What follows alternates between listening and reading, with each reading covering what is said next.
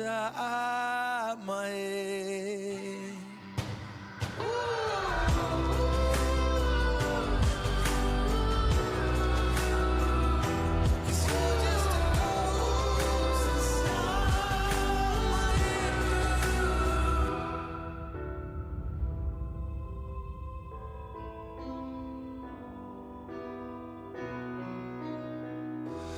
I need an angel after what you did, 'cause you were the devil, you messed with my head. You lied to my mother, you lied to my friends. You said that you'd be there, but this never ends. Don't wake me up, not in this century. Don't wake me up, 'cause you're just a ghost inside my head. You're just a ghost, you're never there. You're just a memory on my lips, 'cause you're just a ghost inside my head. You're just a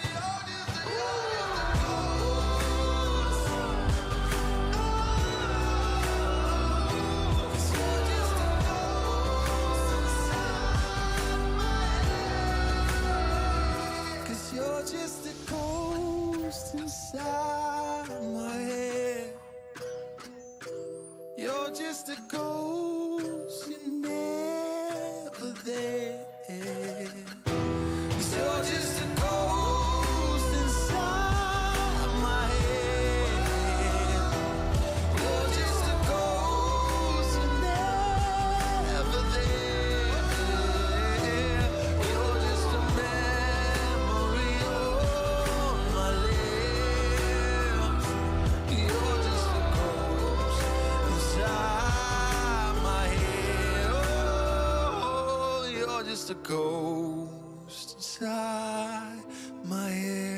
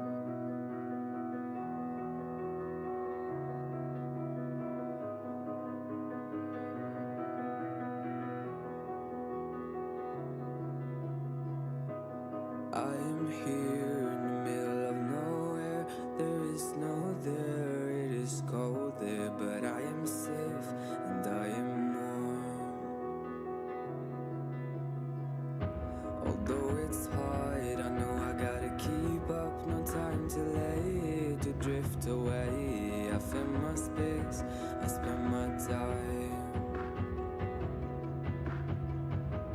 down the rabbit hole again. And as I fall, I can feel the pain. You can't tell me where to go, so I don't know, I just go with the flow. I go with the flow. I'm falling up, I'm falling down, from the sky and from the ground. Up above just like below, and I don't know where I should go. 'Cause I'm stuck in limbo.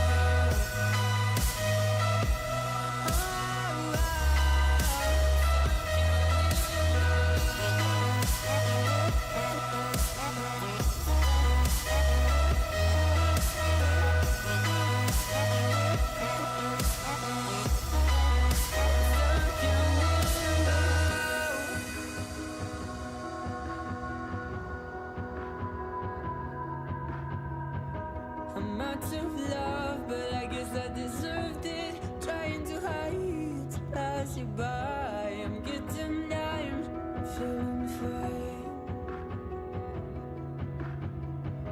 I'm light as air, no one can reach me. Lost in a dream, lost in between. Let's keep on flying, let's keep on breathing. I'm falling up, I'm falling down, from the sky and from the ground. Up above just like below, and I don't know where I should go. 'Cause I'm stuck in limbo.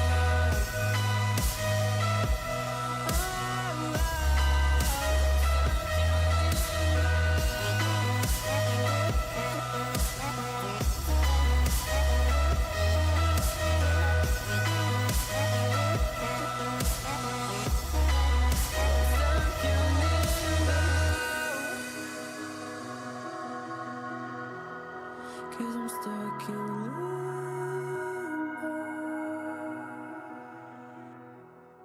Cause I'm stuck in limbo.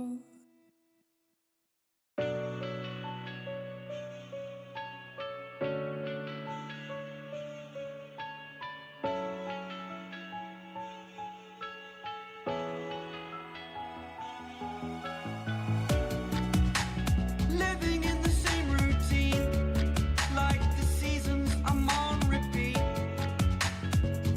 It's a long way down.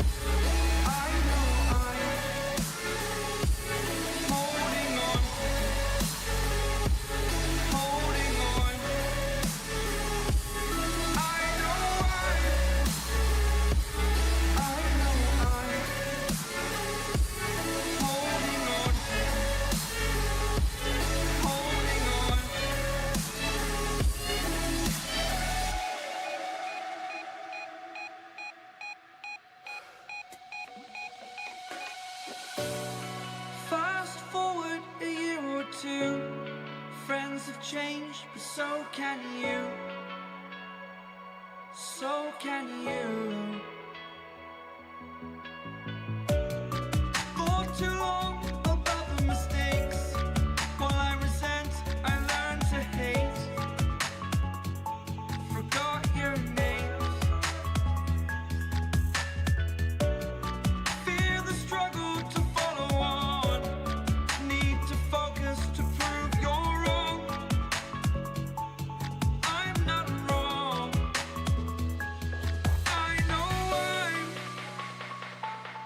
I know I'm holding on to this, holding on. I know I'm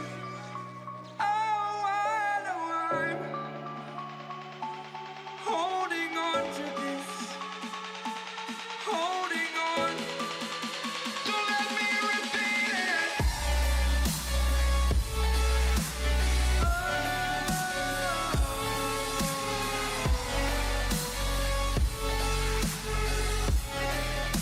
Don't let me repeat it.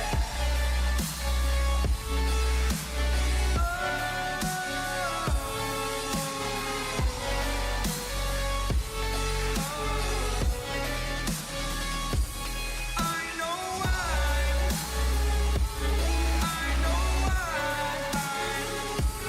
holding on to this, holding on, holding on, holding on, holding on, holding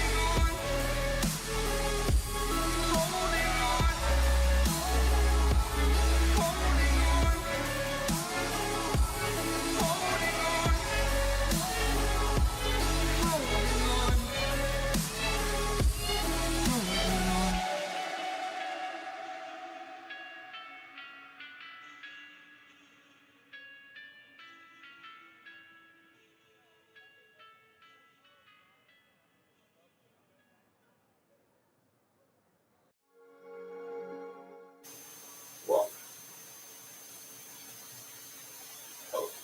Welcome to tonight's NECC action, and we have a series tonight to bring you.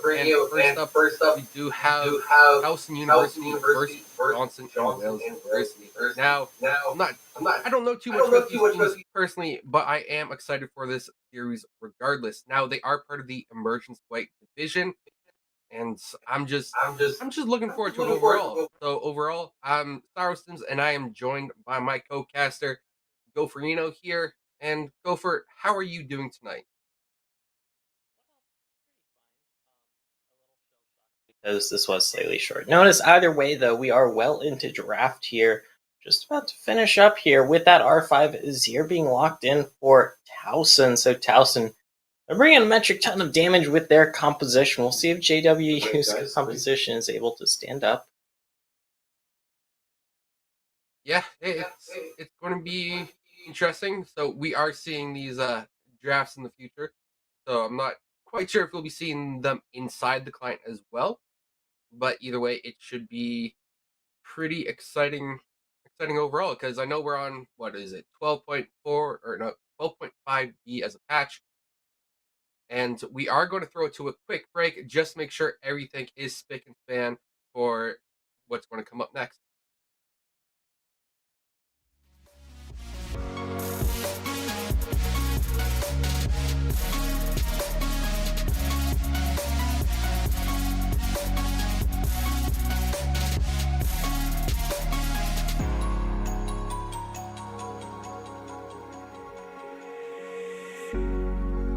I swear I've seen you before, holding your shoes in your hands, running out that door. And you are nothing, but you say you wanna dance. And you're worrying, oh, you'll end up in the wrong hands.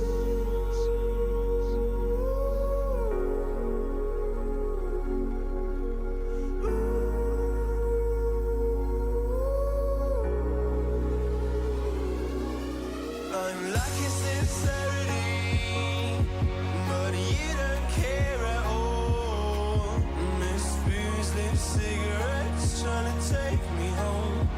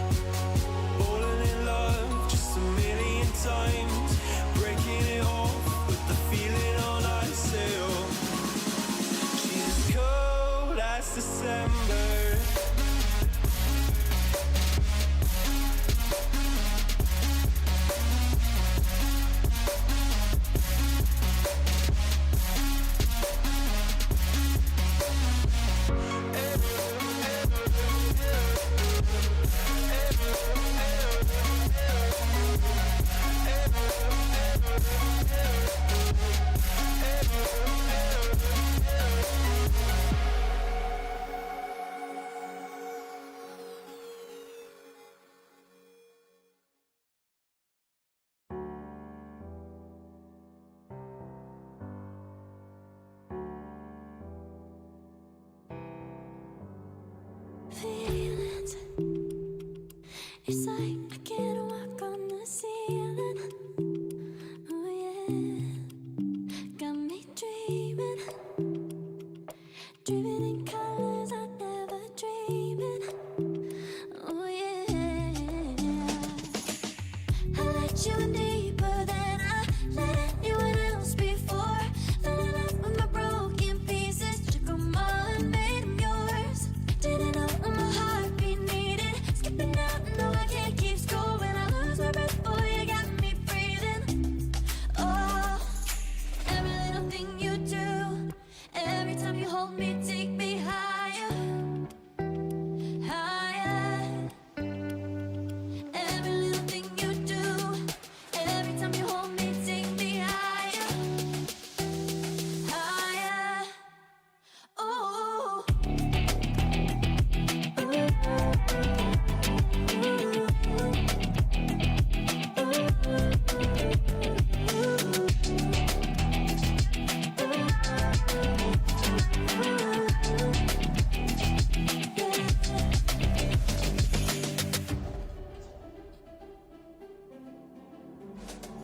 Magic.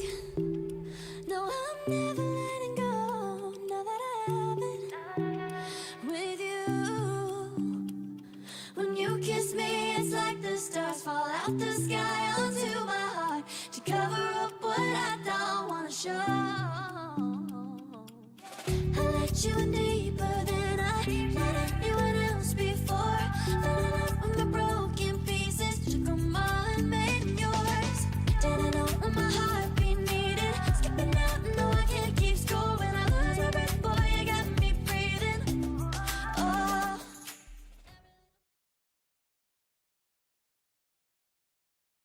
Welcome back. We had a quick issue to sort out there, but it should be resolved, and we will be hopping into Champ Select as soon as we can. Now, go for it. I'm definitely excited here.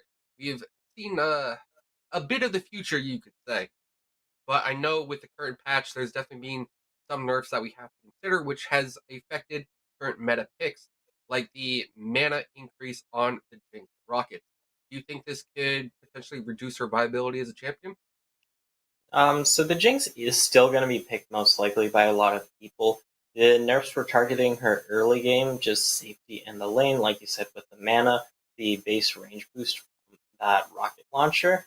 But we will be still seeing Jinx because she still becomes that menace at those just 2 item point really, and can snowball a game extremely well. Of course, not as easy to do anymore, but we'll see if there is a Jinx on the Rift this time around because, like you said, there were some key nerfs, but since it is the 12.5V patch, the nerfs erring more on the side of just like caps to viability for the long haul. Okay, yeah, that definitely makes sense. Targeting the early game and her wave clear potential, which is always annoying to deal with, as well as in the trading. But looking at Champ Select right now, because we are into that, we have JWU Yellow on blue side and Towson on red side. So the first set of bans include the Hecarim, Nunu, Nico for blue, and Set, Shaco, and what's his last one going to be? Oh, they're taking their time thinking about it, aren't they? And it's a Victor. Now, Victor, a very strong control mage right now. So I'm not surprised that one is taken off the boards, you could say. But for the most part, targeted bans, strong bans, and what I would expect out of these two teams. And it looks like Towson going to be locking in a very strong dueling topside here with the Akali J4. It might have a little bit of trouble locking down the Ornn here for JWU. However, if you are able to keep that Ornn in place, you do have the damage to take the big old goat on down. We'll see what the response is. Looks like the Gragas here coming up for JWU. Haven't been seeing as much Gragas in the jungle lately here, Cyrotisms, but still making his presence known in this game at least. Yes. So the Ornn Akali matchup, the Orange is looking to survive that. The good thing about the Gragas is that it has a lot of disengage potential, especially if you're trying to knock away an Akali or disrupt a J4 ultimate. Now, I believe the Shrima shuffle coming out of the Azir is unstoppable in its animation. So that will definitely be an interesting interaction that we could witness if the exploding cask interrupts that. But there is that Malzahar, the classic point and click CC ability that annoys virtually everyone. And so far, it looks like JWU having a lot of lockdown on their comp. You have these two big beefy frontliners in the Ornn and Gragas, but then you also have the Malzahar as well, who brings a lot of utility with that Malefic Visions. Of course, you do have to keep in mind the QSS tax / Malzahar tax is a thing for a reason, so we'll see if Towson's able to get some of those coming online early, because a 1,300 gold setback when it comes to power spikes is very noticeable, but if you do snowball on the Malzahar, you kind of have that cushioning anyways. Yeah, I can definitely see that. Having that extra gold sync can definitely be annoying. Now, looking at the rest of the bands, we have the Katarina and Nivea on the side of JWU, and the Darius Echo on the side of Towson. So the final picks are the Vayne Nami and the Jinx Lulu. The Jinx Lulu is a fairly standard bot lane composition, you would say. It's very commonly picked 1-2. And the Vayne Nami is a little bit interesting because Vayne is a hyperscaler champion, where Nami is a bit of an early game bot lane. Has a lot of annoying abilities to poke you down and also sustain the lane out. So I'm interested to see how bot lane goes, at least early on, and if Vayne can weather the clear and poke coming out of Jinx. Because the Vayne here for Galaxy Gun, like you said, gonna have a little bit of a trouble given the range disadvantage that champion has in this matchup.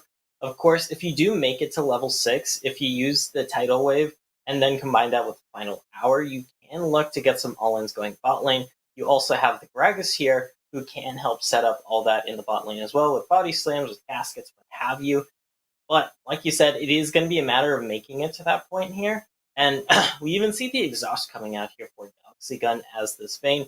Worried about potential dives coming out from Rex's Akali, as well as any potential dives coming out from Love's J4. Yeah, I agree with the exhaust for the Vayne here, but not generally for the top lane or the jungler on the side of Towson, because that will probably be in the mid to late game. But in the early game, having a double offensive summoner spell combination with the Ignite and Exhaust means that you can trade heavily into the opposing team and look to win those all-ins a little bit easier. So we are seeing the Rune matchups. It is the Grasp of the Undying with the Conqueror on the Akali, which for the most part is fairly standard, I would say. Yeah, nothing too surprising there in the top lane. And then also in the jungle, not really anything too shocking coming out of the Bucks here.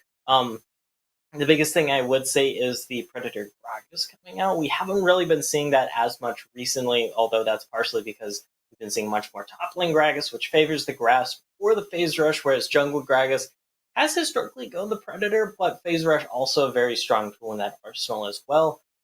Probably just coming down to some personal preferences there. Ooh, so the Aerie and the Halo Blades for the mid laners here as their keystones.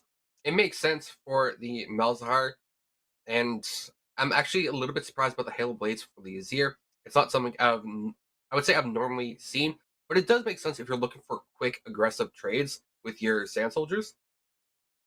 So I'm definitely going to watch this matchup just to see how useful that Keystone Rune is, because we could also go into Lethal Tempo, which is what the Jinx has right now, and the Vayne as well. So both ADCs mirroring each other with the Keystones, but that's about it for the rest of their rune choices.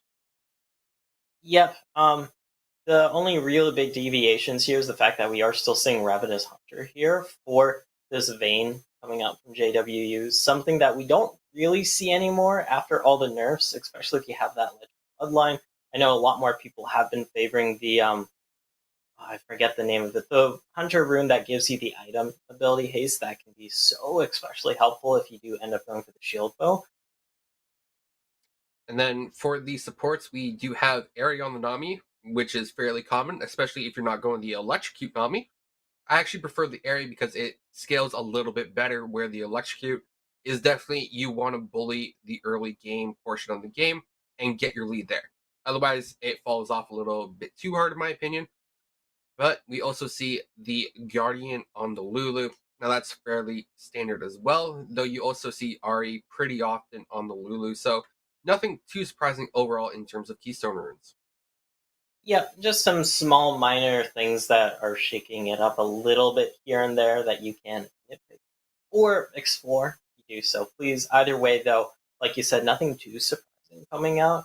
And I don't think we're going to be seeing anything too wacky here in terms of just setups for level 1. Neither of these teams really has the manpower or just sheer brute force to set anything up. They both have these really hard scaling APKs in the bot lane. You also have some fairly well scaling mid laners here, so both these teams might just be looking to play a bit of a slower game here, Cyro.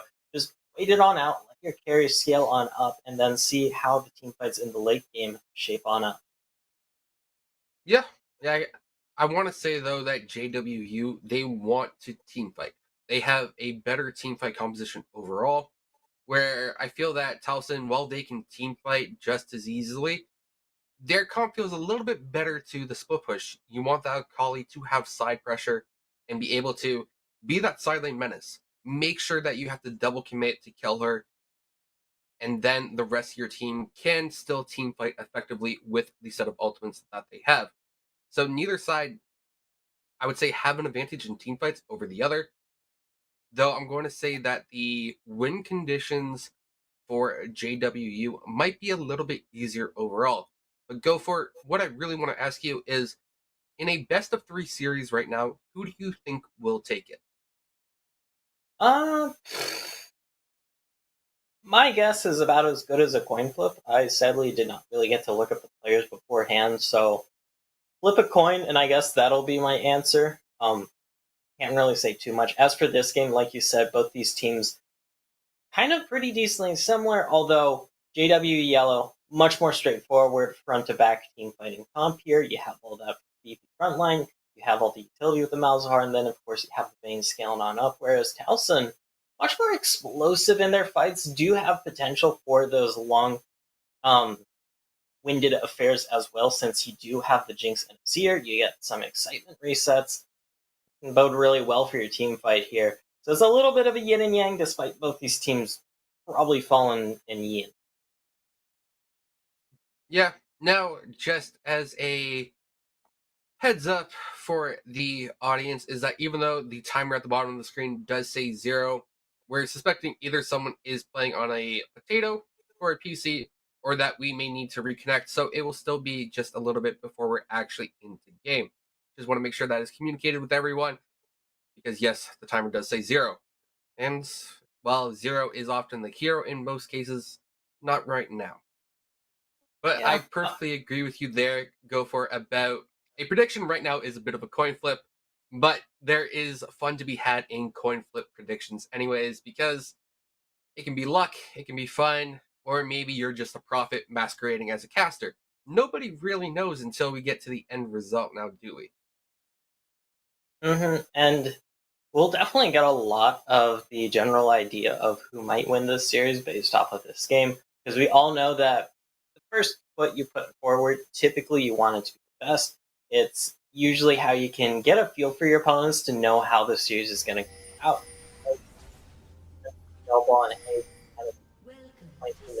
Here we are onto the rift for game number 1, getting things a little bit faster.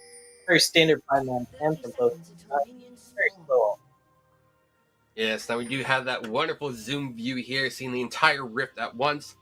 And as you mentioned, it's more or less a 5-point start. It's a little bit modified on the side of Towson, which is once again red side. Blue side is JWU yellow.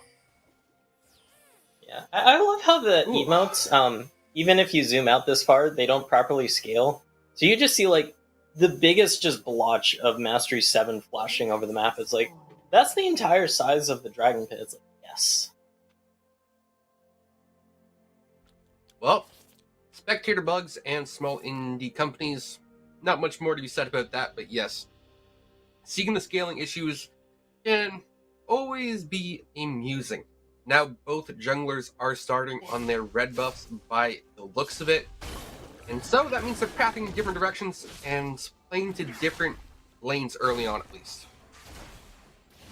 Yep, everybody is chilling on out. Both these junglers starting topside, recognizing that bot lane, even though it is a battle of the scalers here and maybe not the most aggressive of lanes on either side, it is still a very important lane. You do want to hit that level 2 first, you don't want to fall behind, especially if you happen to be Galaxy and resting here in this bot lane, because every time we see those Jinx rockets come out, you're probably going to be eating one of those autos, and they can add up over the course of the laning phase. Yes, now it can add up because that's why they call it chip damage, because you're just chipping away at them. Speaking of a bit of chip damage, we do see Rex Torres getting it down onto Dust Venus in that top lane. And a quick rundown of the rosters and how many names I can butcher in one go. So on JWU, we have a Dust Venus 4019, Delgo, Step on a Lego 71, Galaxy Gun, and Resting Spaz. And on the side of Towson, we have Rex Torres, Love You Gently, X Para Yeet, X Easy X Dab, because you gotta say the full thing there. Azina and 6 PM there. But we do have a gank here by Gragas, and Azir is able to get out of that pretty cleanly. Yep, with just the state of the wave in the mid lane, this is an Azir who has that shuffle to get on out here, so Yeet's easy dab. Not in a ton of huge danger there. That's more of one of those ganks like, hey, I'm just gonna get a bunch of damage onto you for free, walk on my merry way. Maybe I make you below summoner. If not, well, now my mid laner has the better wave state and is feeling much better about themselves. A little early on that searing charge is going to be very costly here. Rex kind of like to finish off this kill. There's the flash. Oh, he trades. He trades this, and that is a 1-for-1 trade in the top lane. Now, First Blood does go over to Rex, and more importantly, is able to deny the minions as well as he was able to get that tower, or the minions into tower there. But Very important. Just a bunch of action from these junglers all across the map. Not too surprising when it is Gragas J4, two great gankers in the early game. But like you said, that first blood and the minion difference going to be pretty big in this top lane, because Rex going to be coming on back with that full blasting one. Every bit of AP helps when you're against this Ornn, who tends to get pretty damn naturally tanky. And, you know, having some extra juice in the tank to do a bit of extra damage might mean you get another solo kill. And the wave is pushing back into Rex there. So the one saving grace for Ornn is that he can build items in lane, which will help with his lane tempo overall. But still, it's never fun being down on your first back, because he came back with a here and refillable pots. But that said, we do have a bit of action here as Azina trades on the Galaxy Gun. Galaxy Gun taking the worst end of that trade there, while Resting Spaz tries to get a bubble burst down onto the enemy Lulu. The Nami does have a deceptive amount of damage early on. We have Love You Gently just kind of chilling on a ward here. Galaxy Gun, you probably don't really want to walk into that. I mean, if you really wanted to, you could try and get some cheeky damage, but you're gonna kind of eat a fight for your troubles, which I don't personally recommend.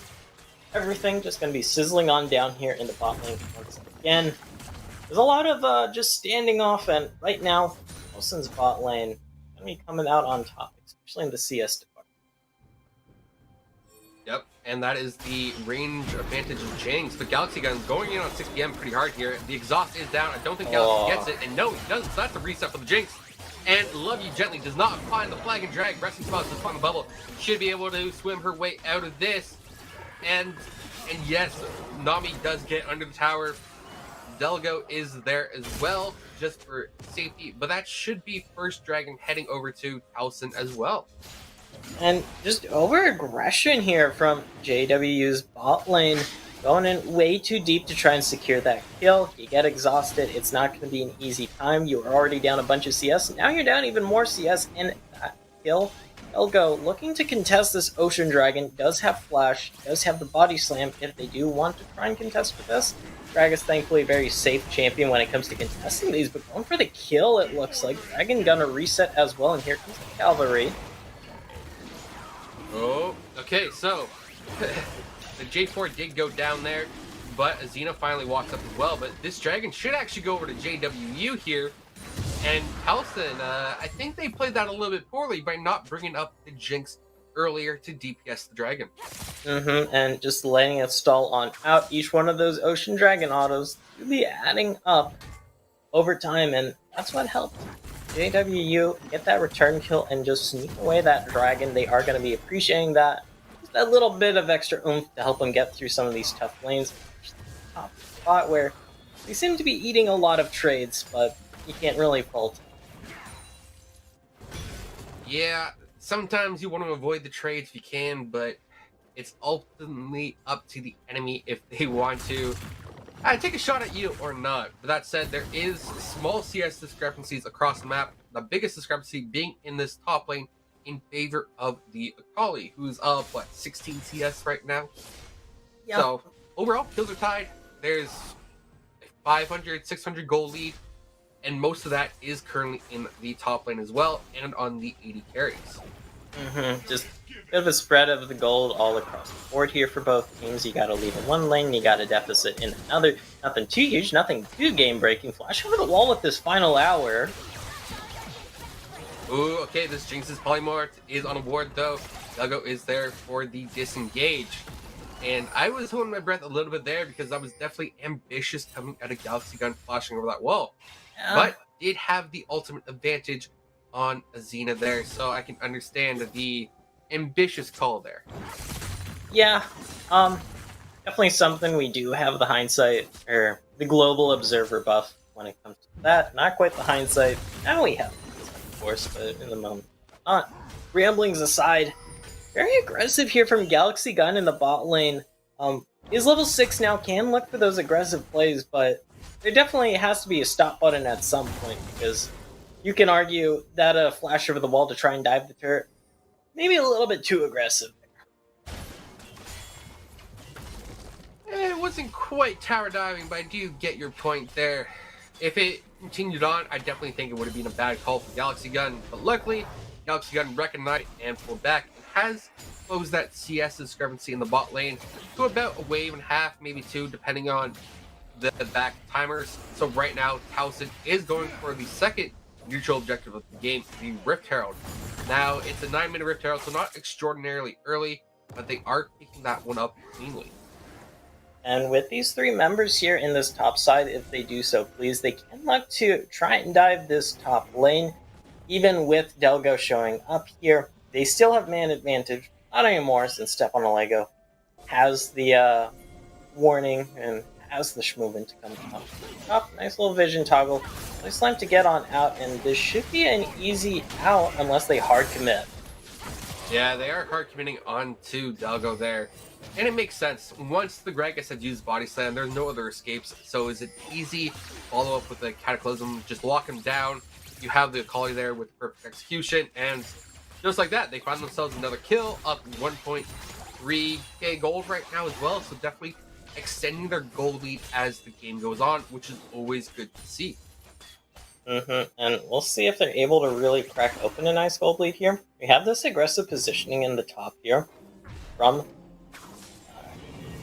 Gravity. Just backing here is on that ward, and a Dust does have the teleport to come back to lane here.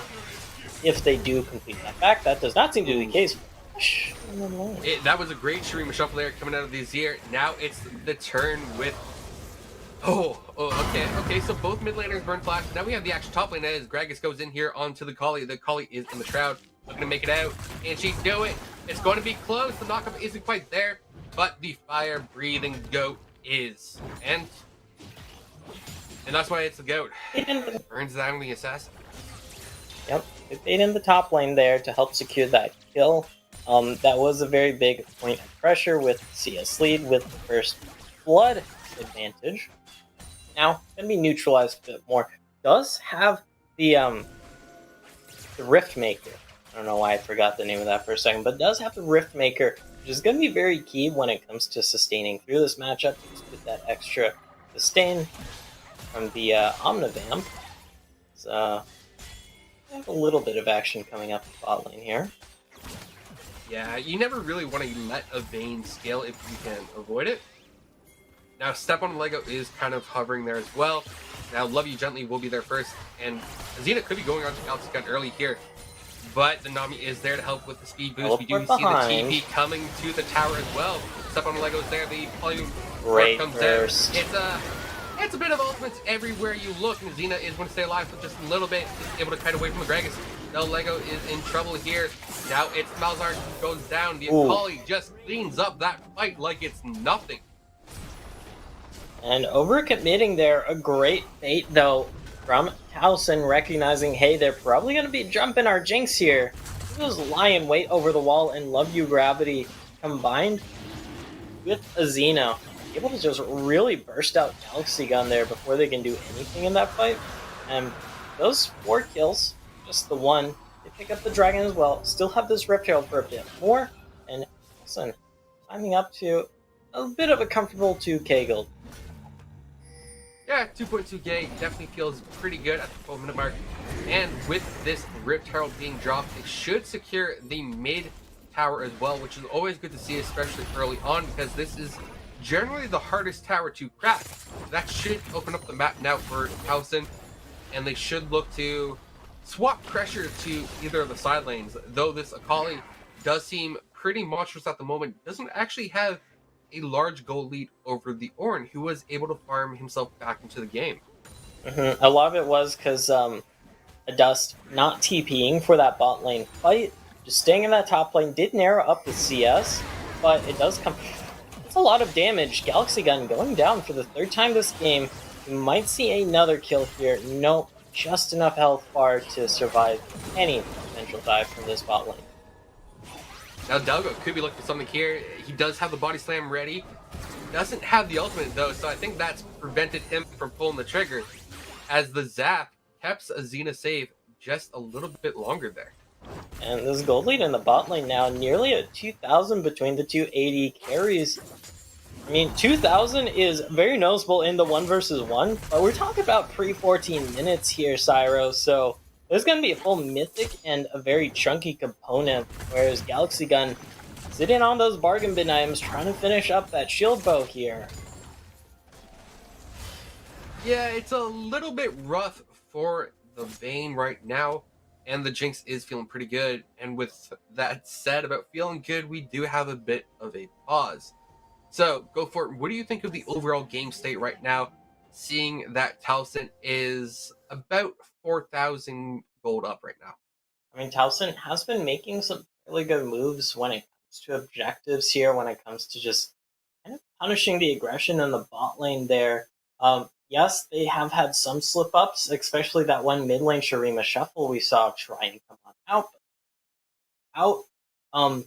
And now they have this pretty fed, pretty farmed up Jinx, who can look to be a menace against this enemy team that does not really have the answers just quite yet when you look at JW's composition. Pretty short range, and might have a little bit of trouble getting on top of Xeno's Jinx if they're not able to get on top of Xena with their initial engage. Yeah, it has felt like JW has had a little bit of issues getting onto the right targets or healing for the Vayne, because it seems like Galaxy Gun has been going down here fairly early on. And it does seem like we have the pause resolved, so we should be hopping back in the game here shortly. But we are actually going to stay on casters just a little bit more, because why not? We have some pretty awesome faces here on the caster desk, if I do say so myself. So, besides Galaxy Gun's positioning, we'll say, because he has been caught out early on in these team fights, what do you think JW need to do better in order to get themselves back into this game overall? JW, thankfully, they're not out of it quite yet. Yes, it is definitely a noticeable gold lead now, but it's not an insurmountable one, thankfully, for them. What they want to do, I mean, they have all these great ways to start off a team fight. You have Flash Body Slam, you have the Casket, you have the Horn, you have the Malzahar ulti as well. And we kind of want to be seeing them pulling the trigger here when it comes to these big fights, I feel, Cyro, because so far it's been kind of Galaxy Gun pulling a bit of a trigger, and hasn't been working out too well. But when we've seen the other members pull their ultimates off, whether it's Thorn, whether it's the Gragas. It's been working out a lot better for JWU. Yes, I would like to see the Ornn be the primary engager for the side of JWU. Now, the Ornn Horn is a great CC ability. You can be CC'd out of the second half of it, but it happens. I would much rather see the Greg Assault saved for disengage or the Tidal Wave coming out of the Navi. I feel those are better disengage tools than the Ornn Horn. So Ornn should be grouping with his team around these objectives, because we do have the third dragon of the game being the Hex Tech Dragon, which means we do have the Hex Tech Soul for this game one. In the bot lane, counter roam coming on out. The spot lane turret dangerously low. First turret has already been taken by Towson. This would put them at that 2-0 tower lead. Jinx for Zayna. Feeling pretty damn happy picking up extra gold from that turret, more CS. Right before this next dragon does come up here in about a minute 40ish. And this is shaping up to be a pretty damn strong Jinx, who might be pretty damn close to 2 items once we see that next dragon. Yeah, now Duggo does have to use the ultimate just to buy a little bit of time. Love You Gently is there as well, but I think they will settle for the Rift Herald, though it's very, very close to resetting, so they do allow it to reset before going back on it, and I don't think Duggo should stick around. Yeah, not an easy one to sell. There's 4 enemies and just one of you. I guess 2. You have a dust there. Still, definitely stacked against you. Second Herald of the game also. Towson. And look to just shove in this top lane. It is the last outer remaining. And it's only a dust up there right now, who's probably in a lot of danger with this death squad coming on up. Ooh, it is going to be a 4-man dive here. Can the Ornn Horn or the Goat survive this onslaught? It will be close. Now the tower is being focused. The Rift Herald will have tower aggro. And Jarvan goes in. It is a coming on to a dust. And he is living up to his namesake because he just got turned into a dust. Yep, and that is now all outer turns picked up here by Towson. Sitting pretty damn well here going into the mid-game. Counter dive potentially shaping up here. The Predator has been popped. It is just a lone Azir. That does have the Emperor's Divide, however. That can make it a very hard sell here in the bot lane. Yes, now it seems to be a return 4-man dive, but the Azir is able to sniff it out, and we do see the blue trinket also go down there as well. So now can Towson look to turn this fight around? The dragon is on the map. Both these teams want it. And a dust is left top lane just trying to clear it because they also got the T2 top tower there as well. So Towson looking fairly strong across the board right now, and the Kali is on the move.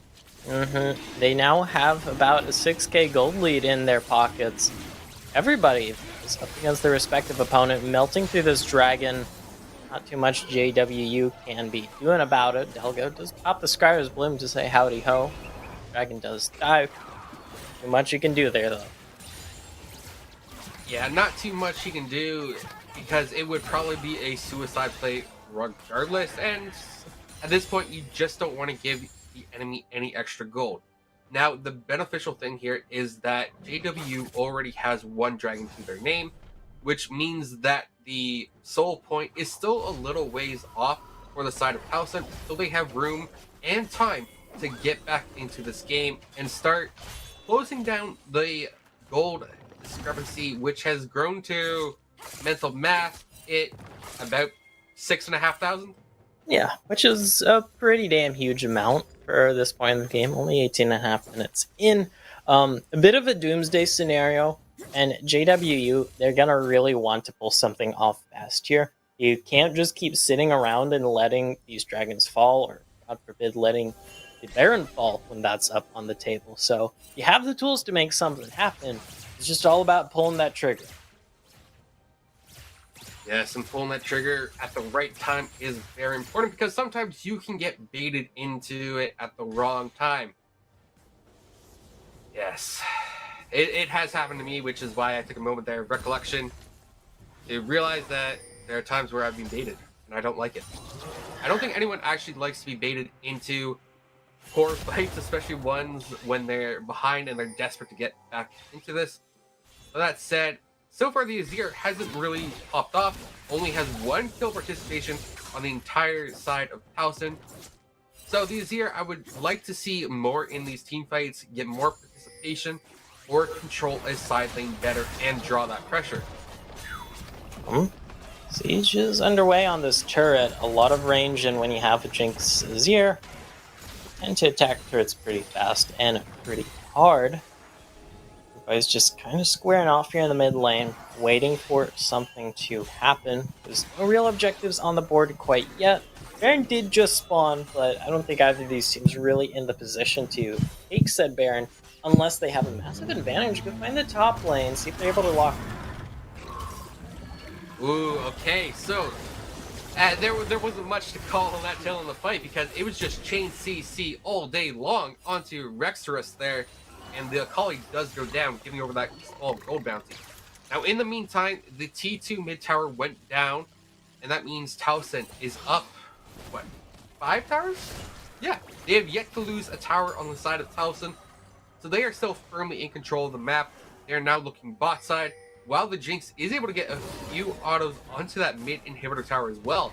So Towson definitely looking to be in a strong position right now, and could look towards the Baron in all honesty. Oh, might see something in the bot lane here. It is 2 versus 1. Diving a Mel's Heart can be a little bit tricky though with that monolithic vision, so looks like that won't be the call, especially now that there's no wave to really back you up. And definitely a little bit of calm before the storm sort of vibes right now here, Cyro. Everybody's just kind of packing on up, buying their items, and waiting for the next big. Yes, what's surprising to me though is that a lot of the vision is still bot side. I would have liked to see it moved up around Baron, and Towson is far enough ahead that they can threaten Baron and sustain it fairly well, I would say. And then maybe look to take a team fight right off of that or on a turn. But it feels like they're just playing for the Hextech Soul as the next dragon is spawning in a minute. Yeah. More than enough time to put your mark in the river, get that scuttle. Able to catch out Rex. Does have Blast Cone though, so now a bit of a no-you play coming out here. Big Death Rush, Galaxy Gun has no flash. Ooh, okay, Galaxy Gun is slowed by the Whimsy there, and well, the Galaxy Gun's no more. It got smelted down and sent to the gray screen. Now the Gragas is in trouble as well, flashes away, still picked up by the Kali, and now it's just Venus trying to walk this one out. The Ornn can't really get too far, and the Cataclysm on top of Resting Spaz, well, causes the flash away out of the Nami, and now Towson will turn to Baron after picking up 3 quick kills in succession there. And now this gold lead definitely has blown out of control. It's going to be extra exacerbated here when you pick up this Baron as Towson, and just a matter of marching it on down, checking the checkboxes, and taking down some Nexus turrets, taking down some inhibitors, because the world's your oyster, and this game is yours to lose. Yes, it is theirs to lose. So Dragon is up on the map, and we do see 4 members of Towson hovering bot side. We do see Rexorus backing right now. Does have TP to get into these fights quickly. Already sitting on 2 items and boots, so a fairly strong Akali gets an additional blasting wand, and pretty scary. Pretty scary Akali, I'm going to say right now. Definitely high on the spook factor. 5 green 2. Burst out anyone on this JWU team, and JWU, I mean, their book's kind of closing in this game. It feels, Cyro, like they haven't really made any moves. They made that one move into the top lane to pick off Rex. And it feels like that's about it. And now that you're facing down this massive 9k gold difference and the Baron buff, yeah, it's going to be really hard for you to make anything at all happen. What happens is that going to happen. I like the preemptive flash there, but Xena's still in trouble here potentially. And that's a lot of damage coming down, but it doesn't matter. They pick up the kill on Gragas. And now Resting Spaz is next, and that is Sushi over. So Melzar, he's under the T2 tower. He does get the Nether Ground on the Jinx. The Jinx is being shielded. and could go down here, but I think does actually indeed go down there. So it's a bit of a 2v2 in the mid lane as the horn comes through. Doesn't hit anyone. It's a bit of a whiff there. So now it's Galaxy Gun under pressure here. The Kali gets the execute. Great Cataclysm. The Ornn destroys the Cataclysmic wall, but it doesn't matter as the Kali kicks the kill under the mid inhibitor tower. And what feels like too little too late, we finally see JW pulling some triggers across the map here. Multiple locations, but there's not enough. You give up basically everyone on your entire team to get one kill in return. Yes, it's a shutdown, but you're going to lose that mid lane inhibitor. You're going to lose this bot lane inhibitor. I didn't lose the bot lane inhibitor, but it's definitely looking like it here, Cyro. As I'm going to miss. Yeah, the Shurima Shuffle. I guess that's what you call a battle dance move there, because, well, you weren't really killing anyone with it. But now that Gragas is just flat out dead, the Akali goes in with the Wild Growth on top as well. The Galaxy Gun is dead. The Sushi could be up next because that's all it is for this Akali. Just another snack to be had. So it's a 9-3 Akali. Rextra here doing the work for the side of Talsa, but a huge knockup by the Ornn. That gets 4, and they do get a couple kills. Now it's up to the Malzahar, who is starting to clean up this fight. Now there's 2 low members there, but I think the disengage has been called. They will walk away, and so far, JWU Yellow holds on for another fight. Definitely some nice shutdowns being picked up there in that exchange. Of course, they also kind of lost their base in that entire air, so not the most worthwhile of trades. We'll see what they're able to do with this. Small breath of life. Lego will land that body slam, but great. Forced to get on out. Ooh. This was what I was worried about when I saw the Predator Gragas, is that this Gragas will be squishy. And if he can't assassinate anyone, he's going to be left out to die, and at 5 deaths, he's definitely died a fair amount. Now Galaxy Gun is picking a fight with the Zenith there. Love You Gently as well. Cataclysm over the wave, and it's a slam down with the Gragas there. The Ornn Horn comes through, knocks up 2. The Shurima Shuffle gets 1, and it's a brawl across the map right now. Ornn gets a Zuna. And it's a bit of a chaotic fight, and does the Malzahar live? No, he doesn't. Whew! These fights are chaotic, and this should be the game win now for the side of Taliesin. They have an open base to walk right through, and death timers, there's still at least 10 seconds on the nearest member. And also, gonna be taking a fairly convincing game number 1 here. JWU, it feels like Thompson just kind of had their book, had the ability to pull the trigger in a lot of these fights, get the snowball going in their favor.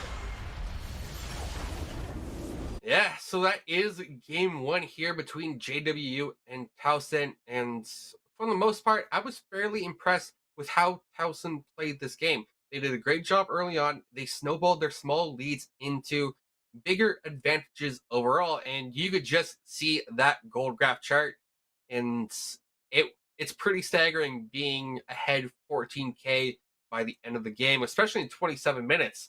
That's a lot of gold. That's a hell of a lot of gold, yeah. Because you can see it started off slowly, but then around that 12-minute mark, I believe that was the second dragon fight.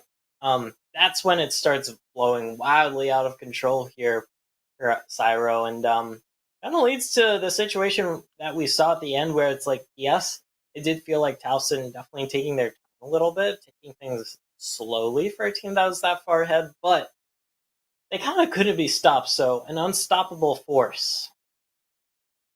Yeah, it's an unstoppable force is definitely one way of putting it, especially since Towson never lost a tower that game. So they have definitely set the bar in this series and the team to beat. So I think our predictions are probably going to swing in favor of Towson, and we will find out in a bit. But right now, we are going to throw it to a break because I need to grab a drink of water and get ready for the next game in this pretty banger series so far.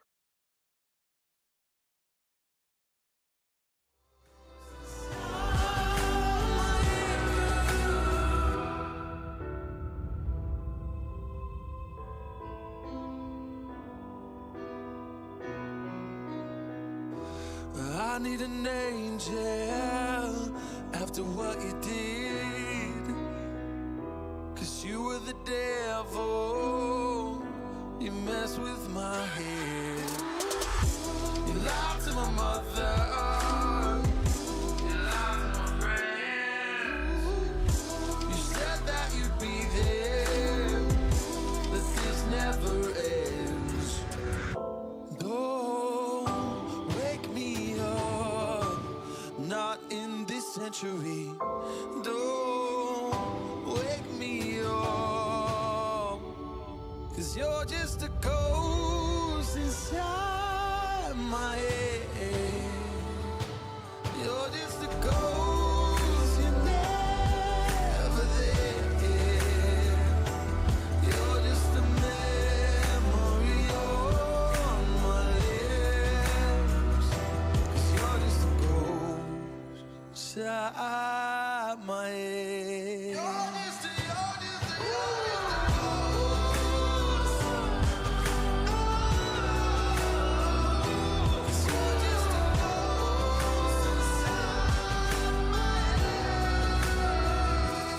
You're just a ghost inside my head. You're just a ghost, you're never there. 'Cause you're just a ghost inside my head. You're just a ghost, you're never there. You're just a memory on my lips. You're just a ghost inside my head. Oh, you're just a ghost inside my head.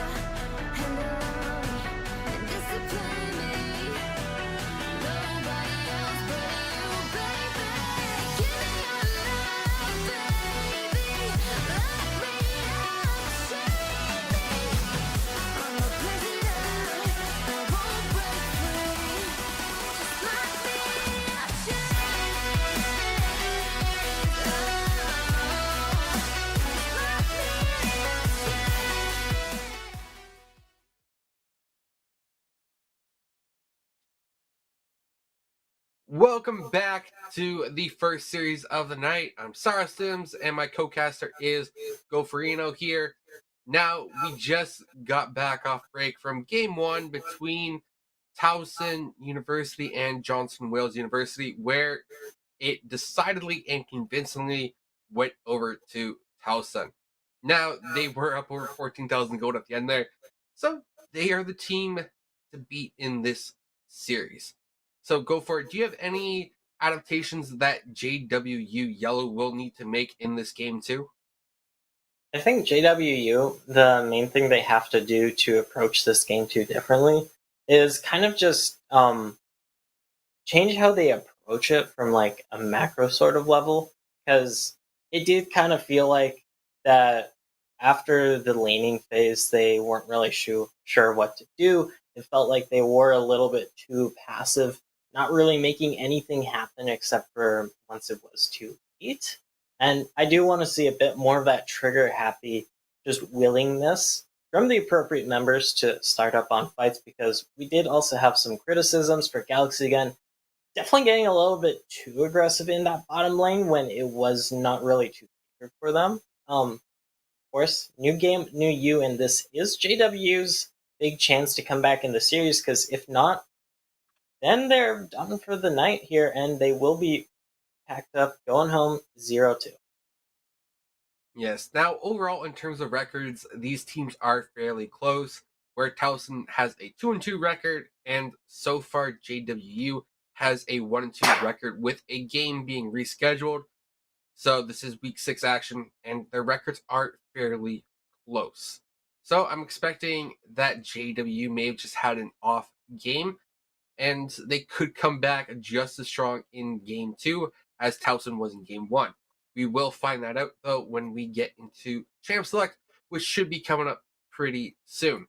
Now, if you were JWU, what draft adaptations would you have to make? Because it definitely seemed like there was a few problematic champions on the side of Towson that just got too far ahead.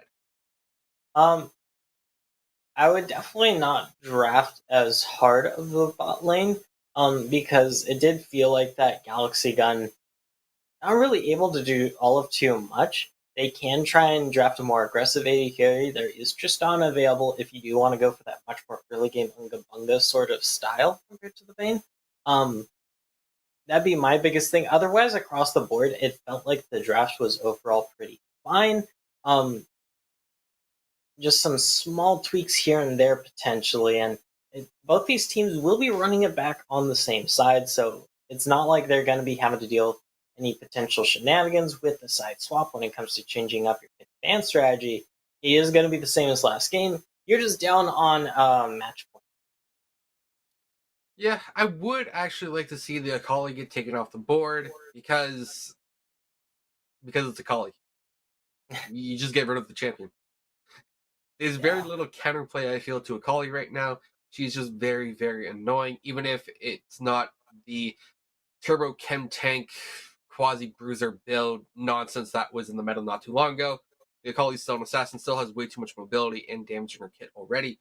And we saw in game 1, it was just too much for JW to deal with. I feel like the Jinx is manageable in almost any game state as long as you can get on her, which they were able to do. The Akali, I would say you do need to ban that out. Maybe let the Nunu through, because Nunu isn't the best scaler. Great early game jungler, not huge at scaling. So that would probably be one ban adaptation I would like to see coming out of these teams. But for Towson, I think they need a stronger mid laner.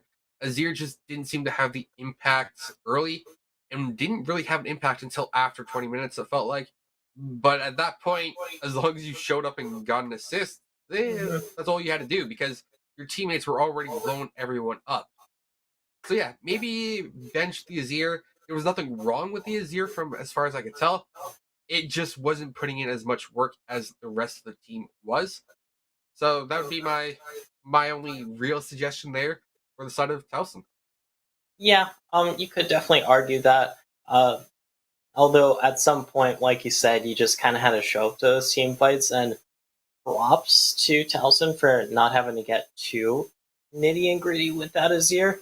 No need to really overexert yourself as we do finally hop into the champion select here. Both these teams once again on their reprising sides from game number 1. And we'll see if your predictions for the bans came true, Cyro. I got a little bit of time. Yeah, they do have time here to work with. And so far, it is the NECC, which was one of the bans from game 1 as well. So not too surprising there. And it seems like the graphics are always going to be fun. It's always a finicky thing to deal with, low client, Yes. and then you're having to do things on top of it that rely on it. So, I mean, my heart goes out to the people who have to try and program all this stuff. That Akali, though, we're talking about taking away from Rex this game, so won't be able to be that menace. And the Jinx as well from Azena. We'll see how that shakes up the picks here in the bot lane, since Jinx still that super blindable pick, and it's going to be the Jax here in the B1. Okay. I wasn't expecting this many adaptations, but seeing the Jinx and the Akali ban do make sense. That does mean that the Nunu does go through and is instantly grabbed here by Love You Gently. The Gragas is also banned out from Delgo, so Delgo will need to be on a new champion this game. And will cover. Okay, does go with the J4 here. We saw the J4 was useful, and will always have early game utility as well. And also a Diana. So this is a very short range melee composition coming out of JWU, but it is being matched by the side of Towson right now, which I find is extremely interesting. Yep, all melee champions so far. Not a single ranged character in sight so far, at least. We're probably going to break that, though, once the bot laners do lock in. There's like almost no pure melee bot laners that you typically see. There are some there. Either way, though, looks like the call right now going to be banning away some of those comfort picks in the solo lanes, whether it be for the 80 carries here. Ooh, okay, so they have chosen to pinch the 80 carry pool for the side of Towson, but it seems like the 80 carries don't really matter when you just go with an APC that's left open. Now, I'm assuming this will be a Syndra bot. They could switch it up or role swap or lane swap, whatever you want to call it. But I think that will be a Syndra bot lane, which is not something I have casted a lot of. So it's a bit of a new experience for me, which I'm definitely looking forward to. But I have played against it. It's fairly annoying. You poke with the spheres because it's just how you play Syndra. You poke, and then you get to level 6, and then you just blow up a target. And with the Nami as well, I believe her E buff on top of your ult will actually proc each all 3 times. I'm not 100% sure on this interaction, but if that's how it works, then that will be an insane amount of damage coming out of the Syndra ultimate there, and fairly disgusting. But the bot lane for JWU is the Jhin and Vel'Koz. So a lot of range, a lot of poke, and a lot of safety. But they are immobile. So they are gankable because they don't have dashes to get out of the world's biggest snowball coming out of the Nunu.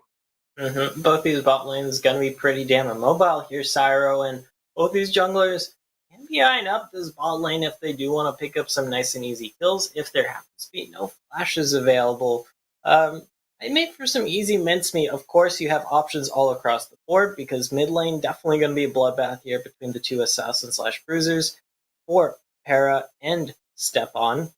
And top lane, it'd be mostly here for JWU if you're looking to gank that top lane to get this Jack snowballing. Rex as the Cho'Gath, more than happy to kind of just be chilling there in the top lane, farm on out, and stop any sort of shenanigans sort of scaling coming from this Jax. Yes, so Jack to the TP does mean he wants to win lane, so it is up to Rex to play safe, absorb that pressure as best as he can. And we are going to look at the Keystone Rune choices so far. We do see the Lethal Temple versus the Grasp of the Undying. It's more or less what expected. I have seen a fair amount of Conqueror coming out of Jax just for a little bit of the sustained potential, but Lethal Temple is a very viable choice because there's already so many attack speed steroids in Jax's kit as well. And just having that extra range can be so obnoxious.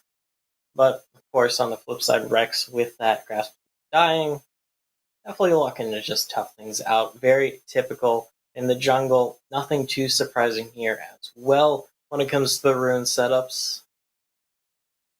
Yes, we have the Conqueror and the Phase Rush. Now Nunu with Phase Rush is it's just like any champion with Phase Rush. They proc it, and then you can't catch them, or they chase you down with it. So it will be interesting to see how Nunu is able to utilize that, because otherwise he could be fairly squishy. I know Aftershock can also work on Nunu or Predator as well, but now onto the mid laners.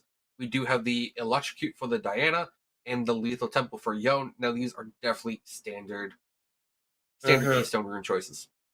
And with the green tree secondary here, just to give those extra resists to deal with the others all in, I do respect it because there's going to be a lot of burst in this mid lane, and we can see that by the double bone plating here. Bot lane will be interesting since both these carries, the Jhin and the Syndra, won't be the stars this game. It's going to be much more so on the laners, I feel. But they can't set up things, and then especially with these rune choices, if they're able to get their burst down, if they're able to get in range, to get any sort of CC down, to chain with a gank, to chain with a stun, what have you, that can help set up their team here, Cyro. Yeah, I do like. Speaking of these supports, now we do have the Meteor and the Airy coming out from the Nami. So Meteor on AP supports is fairly common. Just get that extra poke and chip damage across. And if you're lucky, the kill, because you never expect the delayed meteor hit until it hits you, and then you wonder what kills you, and you spam in all chat about how broken the game is. Or maybe I'm just projected. But that aside, I didn't see anything outstanding or, raised eyebrow worthy in terms of keystones. It is what I expected. And when it is what I expected, it means it's going to come down to execution, because there's very little room for outside of the box or surprise strategies to come through. And the jungler's gonna be something to keep our eyes on here because the J4 and the Nunu, both big early game gankers. The Nunu, known for the world's biggest snowball, can just charge that up and run down the lane, can run down the river, can be really hard to dodge if you happen to be a melee in close range after you use your dash. Can be very hard to dodge if you happen to be a mobile bot lane, but of course on the flip side, the J4 Flagon Dark is super tried and true. You lock down the bot lane easy peasy with that. You can lock down the mid lane if Hera has had to use their dash to try and get on out of things. So these junglers will have a lot of agency when it comes to dictating the early map here, I feel, Cyro. Yes, in terms of map presence and impact, junglers are the first and foremost ones to be able to do that, followed by the supports who can easily roam and get pressure elsewhere. But junglers, their job is to impact the map and to get those neutrals as well.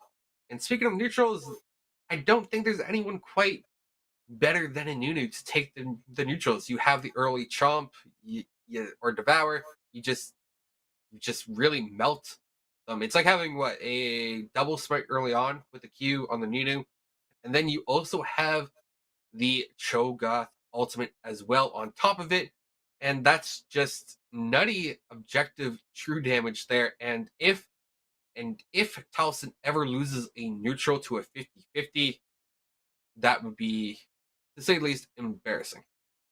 Yeah, it'd be a little bit embarrassing, of course. Sometimes in the heat of action, things get a little bit dicey and hard to do. Maybe you don't have that consume. Maybe you don't have the feast available. Who knows?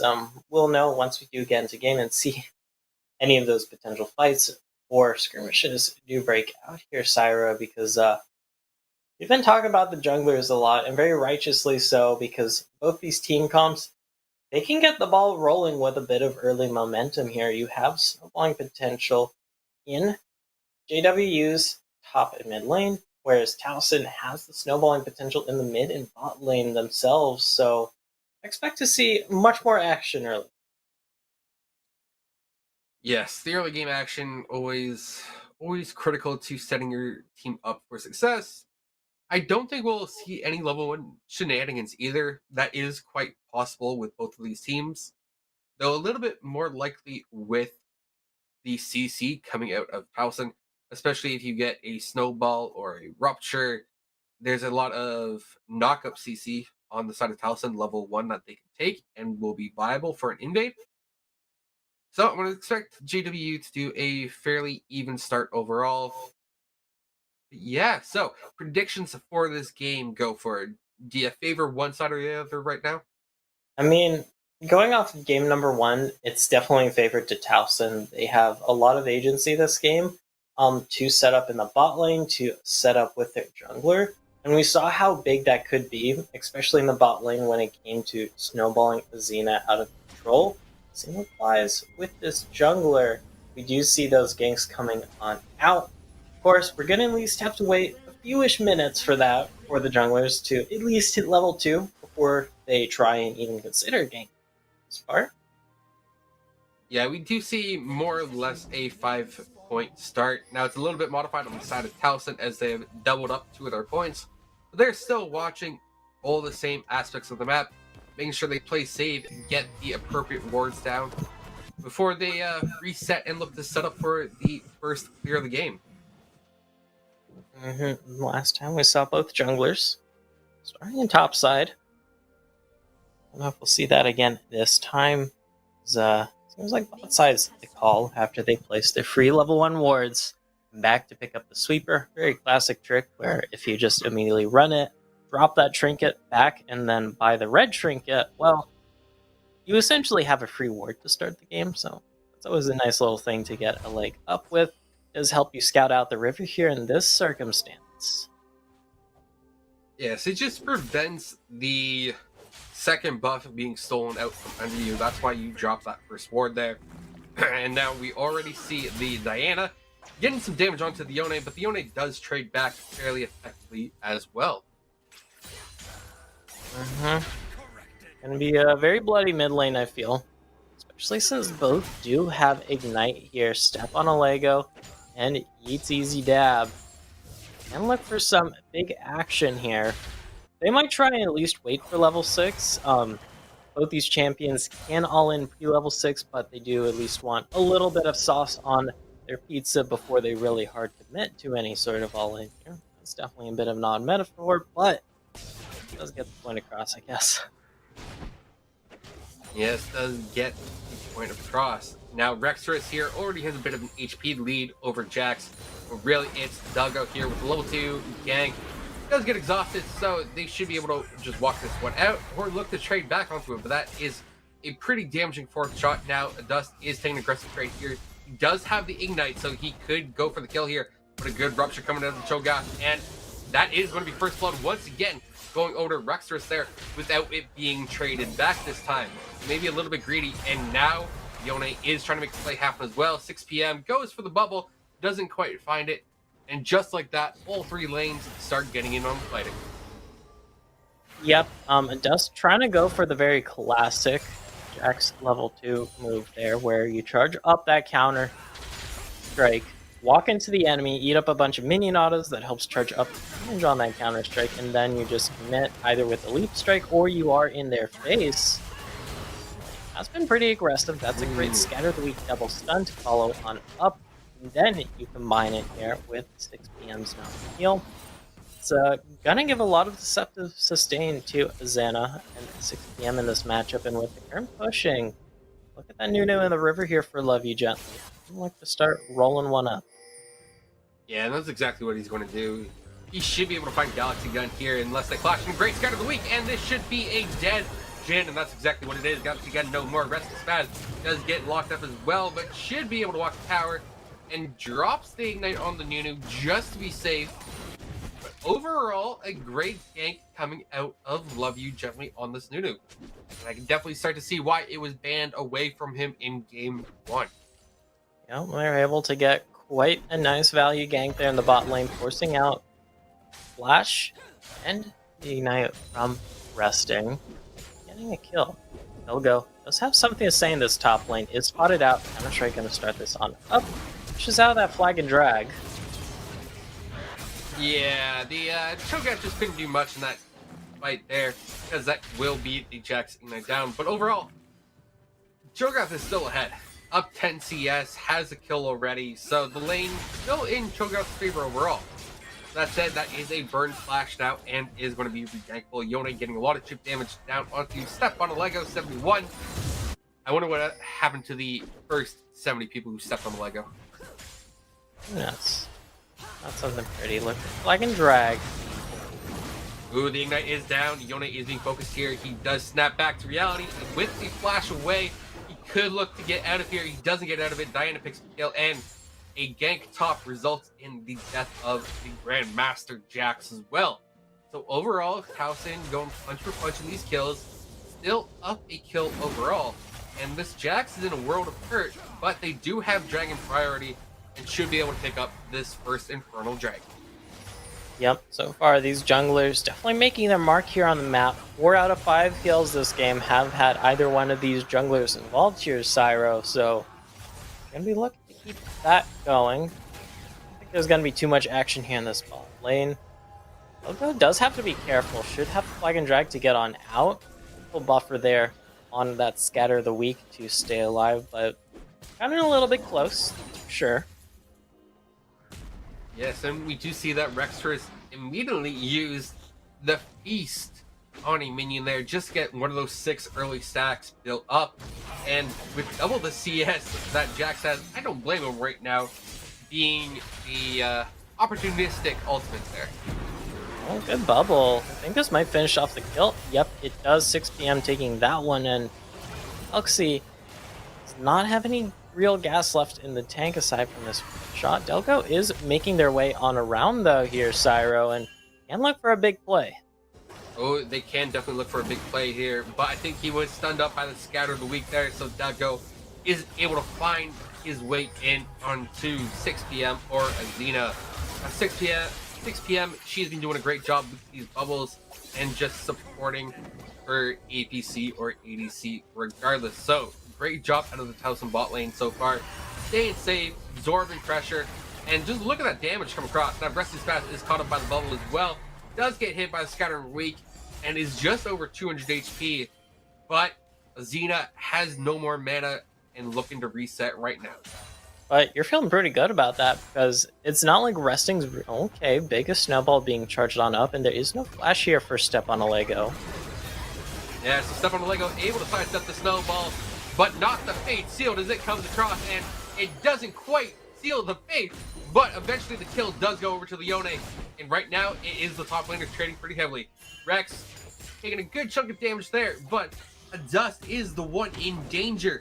Doesn't able to dodge the rupture there, so Rex will just be able to feast on the Grandmaster, and now that's a 3-1 Cho'Gath, and this top lane is getting into a bit of a precarious state.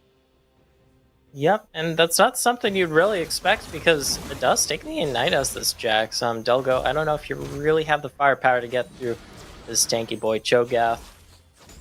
To not do that, but it's not how you really expected this top lane to go. Yes, the Cho'Gath can definitely fight off the Jax early on and does have some kill threat in the earlier stages of the game, but this is domination that we're not exactly expecting here, Cyro.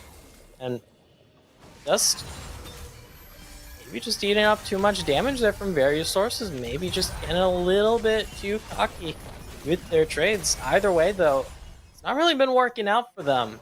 They're paying the price.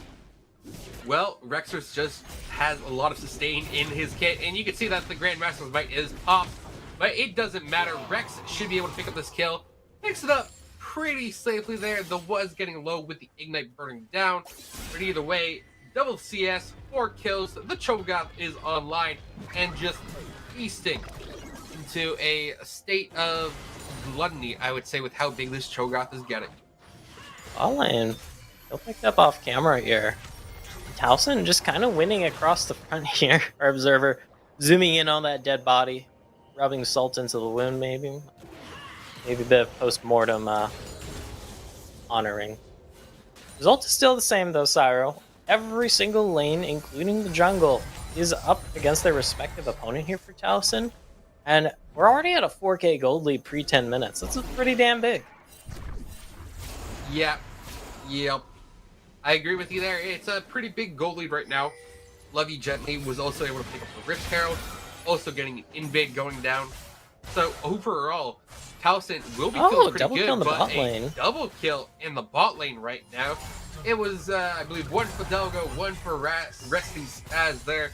The Disintegration Ray coming out doing, oh, sorry, not even level 6 yet, so no ultimate there for the Vel'Koz. Just the Cataclysm and the Mid critical. lane.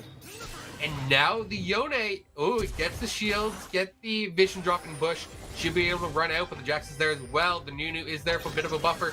I don't know if Oh Yone no, can you're behind survive. enemy lines. It's a mission impossible. He does get the blast cone. He's over the wall. He's backing there. No. Wait, no, smite back him. there. This okay. Okay. The flash cure does come through, but either way, that was a good chase by the Yone. Definitely forcing Delgo to use summoners. The Jax also use flash, so well worth it for the Yone. And once again, JWU have dragon priority and Oh, moving you up have to for watch it. out here. But a great Should be a strategy kill. lead, and yeah, as you said, should be a kill. One Galaxy Gun stays alive for just a little bit, but still goes down. Delgo's now got caught up by the bubble. He's getting poked down. Has to There's get no over flash. the wall, but without flash, I don't think he can do it. But Flag and Drag is in time, and now the dragon should go over to Towson, but maybe Resting Spaz could get the snipe steal over the wall. It will be close. It's resetting, actually. He got it. The Vel'Koz got the dragon off the mini reset that occurred. Okay. Not the result we expected. But JWU, they do get those 2 big kills in the bot lane, transition that to kill Hera Eats Easy Dab in the mid lane, and do get the dragon off the back of it. So in the end, a 3 for 2, and you get the dragon. Definitely worth. But could have been better. Could have been worse. Could have been better, could have been worse. Either way, I would still say that Towson came up ahead there. Yeah, it definitely feels like it. See, they're able to continue this momentum because gold lead has actually grown now to about a 5k gold differential. A lot of it because of the kill advantage, but then also we just see CS gaps across the board. Okay, good way to stop the curtain call and the tectonic fissure. You're knocking up anyone in this bot lane, so I think the Towson's bot lane, they do stay alive. Mid lane happens to be the place. Yeah, so the Rift Herald won't kill the tower, but they will be able to get at least 2 plates off of it. So still worthwhile because it went down mid, and I don't think Rexorus needs any help taking or sieging this top lane tower so far. Yep. Oh, that's just casually 4 plates. Nice all in the mid lane, and it is going to be a bit of a party. Oh, okay, so the Flying Drag doesn't find the knockup there. Left gently in tank Absolute Zero. The Absolute Zero comes Great down. fate sealed. Cataclysm is there as well. And it could be a clean 2-0 here for the side of Towson. But Delgo is able to flag and drag his way to safety. It should just be a nibble. No mana. He does Nibble. not have the mana, but he can just Oh, there's no run him mana. down there. And with the Frostfire Gauntlet, I don't think Dust Venus was getting away anytime soon. The Dust Venus just too far behind Rex in this top lane. 6-1 as this Cho'Gath, has the plated steel caps, has the Frostborn Gauntlet, and you're just sitting on those components. Yes, you are the Grandmaster Duelist, but you're not exactly in the best spot to be dueling right now, to say the least. Turret playing about to fall. We did see that top lane turret sneaking off the back of that solo kill. Mid lane turret is also pretty damn low. Bot lane turret also pretty damn low. Towson got a lot of structures to be picking up. Yes, so they should be able to get the... Oh, okay. So, ooh, that damage from the Scattered Weak is absolutely massive. The flash forward was definitely aggressive there. Has the unleashed power, but No wasn't curtain call in available range quite for it. yet. So now there's 4 men coming down from JW, looking for a dive opportunity here. And Delgo goes in. The curtain call comes down as well. Delgo is actually dropped from the unleashed power. They trade 1 for 1. Oh, Rex here's is here Joey. as well. The Cho will feast on the Jin. Well, I didn't really have any time to say anything else because Resting Spaz, well, he's taking a vacation to the gray screen for the time being. And, now at 14.5 minutes, it's about a, 9k gold lead. Nothing too big. Oh You yeah, know, yeah, nothing too big, just 9k not like gold. you have like 150% of what your opponent's gold is. Just, It's pretty big. yeah, it's pretty damn huge. This is kind of game ending at this point. Yes, you have those 2 dragons. Yes, you have been able to respond with some kills, but across the board, you're behind in CS, behind in turret plates, behind in turrets, behind in kills, gold, and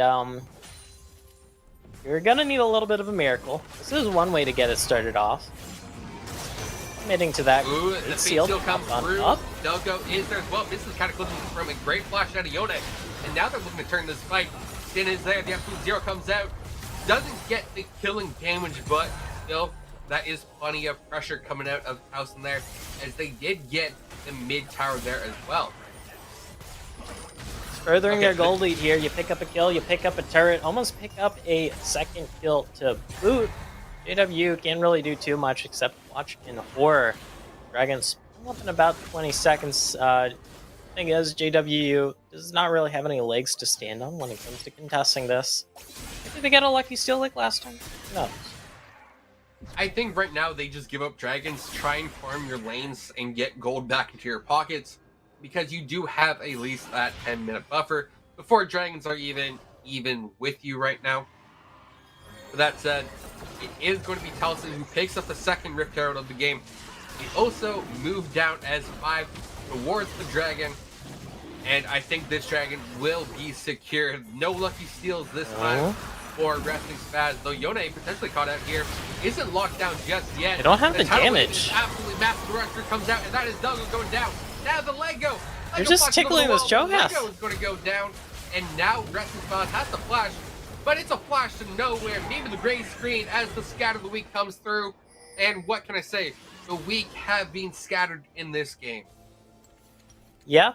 Even when at the start of the fight, when they were pretty grouped up, started running away pretty quick when they realized, oh hey, we kind of did not land enough initial CC on this Yone from Yeet's Easy Tab to really finish them off here. And oh no, Galaxy. Yeah, that's like 40% of your health bar. It's another 20 to just die. Yeah, Galaxy Gun just gets ignited there at the end and will pay the price for it. So the T2 tower should go down here, but no, a Scout of the Week instead chunks out Delgo. Delgo managing to stay alive so far, but either way, cannot stay longer to defend the tower. Luckily, there's no immediate wave. Moonfall in the bot lane. Moonfall comes out. This is a 4v2, and the Nuna goes down, but Rexers without mana can't do much here, especially when he's locked inside that Cataclysm. And that is a large gold bounty going over towards the Jax. But regardless, that's still a 3.5k gold lead for Rexers in this top lane, despite just giving 1,000 gold over to Jax. Yep. How far ahead Taliesin is. They almost take down that bot lane inhibitor turret, thanks to good old Herald. All in here.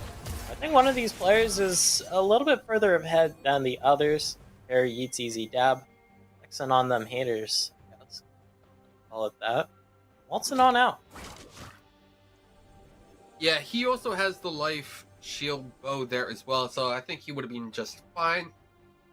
And very, very scary because it's not quite a 2-item Yone, but it is a Yone on a team that is already ahead. Now we have to remember, this is only an 18-minute game, so Taliesin is very, very ahead. As just like that, Stefan Lego is deleted by the Unleashed Power. Now Resting Spaz gets knocked up, double knockout comes through, and now Rexers is just trying to run down Galaxy Gun. The curtain will be called, but not by the Jhin here, as Rexers... Well, there's the feast. There's the dead 80 carry. And with 3 dead, definitely is going to get a crack at the base here for the side of Taliesin. Yep. At least they got an objective bounty in that top lane. Adust kind of recognizing, yeah, I don't think we win this 2 versus 4 base defense. I'll just keep this up. It's like, yeah, you do you, buddy. Spirit of the series actually here for JWU, funnily enough. I don't think it's gonna be enough though. Yeah, so It's so early in the game that Baron isn't even up yet, but in 20 seconds it will be, and you can already tell that Towson is looking for that Baron as the greatest snowball comes into view there. And yeah, there's the purple worm spawning, but they are looking for a fight in the jungle. This should be a bloodbath. Find one.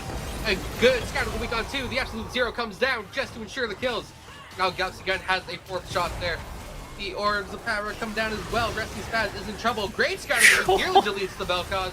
And now it's Galaxy Gun, who is just being chunked down so hard right now. But there's no way he will survive. The only one to remain alive on the side of JW is Stepan Lego, who was coincidentally on the other side of the map. Yep, this game's kind of still all but over here. In favor of Towson very heavily. Should just grab the Baron here. That'll be their big ticket to really just ending this game right now, since League of Legends does have a lot of natural built-in things to make ending the game pre-20 very hard. That's why 25 to 32ish minutes, depending on how things go.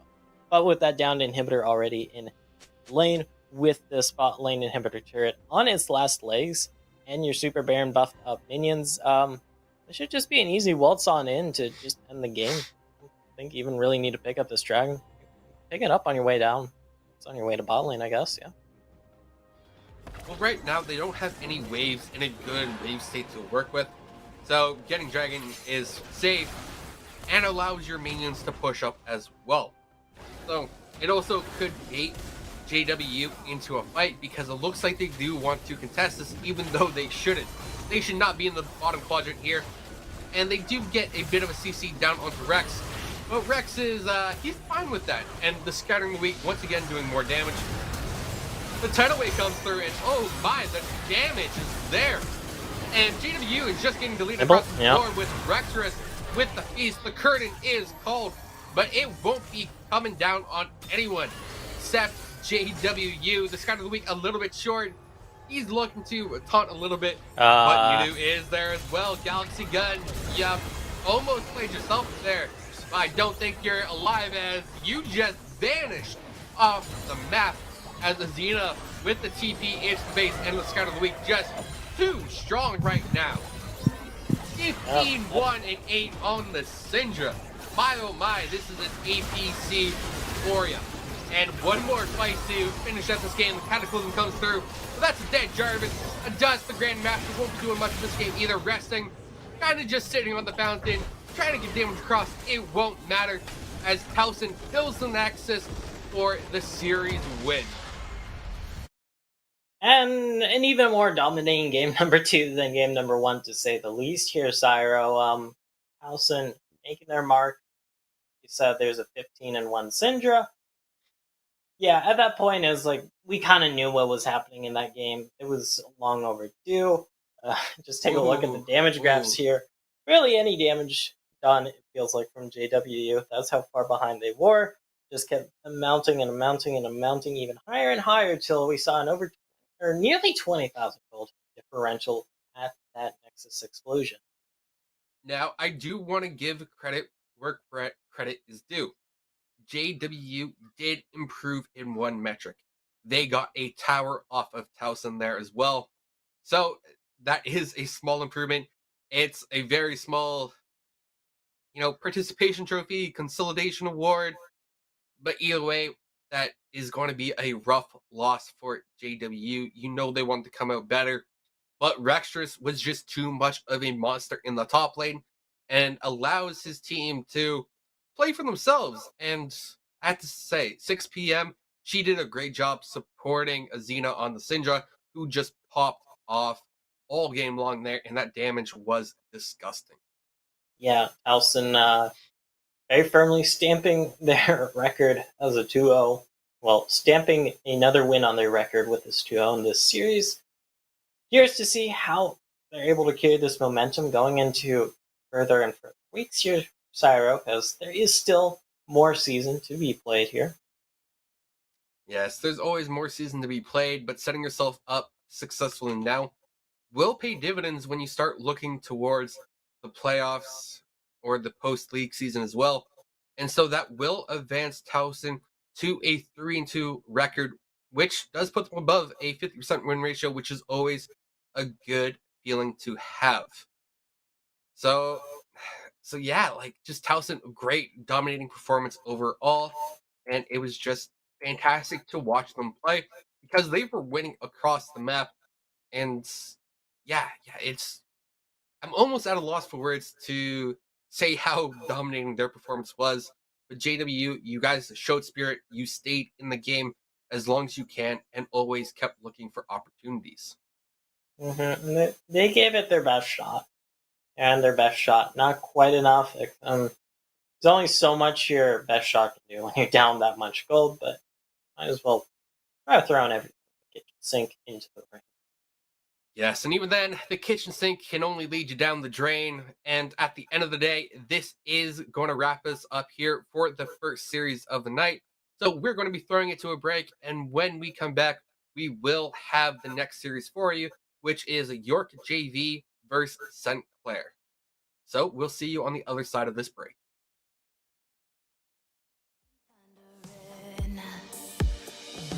Dream machine, racing queen, I'll take you wherever you wanna go. Let's blow this down, break the speed of sound.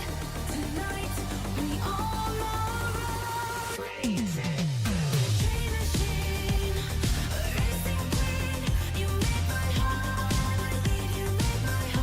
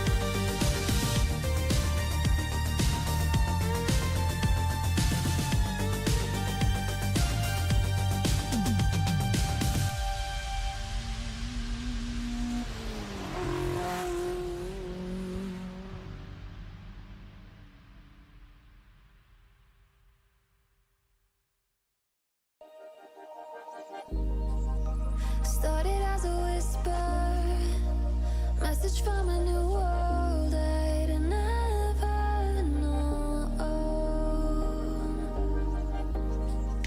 Something about it felt like it'd been waiting my whole life.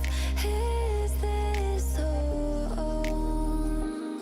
I can hear each sound calling my name, and I feel angels around when I start to sing. And suddenly it feels like heaven is so far away. Tell me, can you hear the symphony? Panic, panic,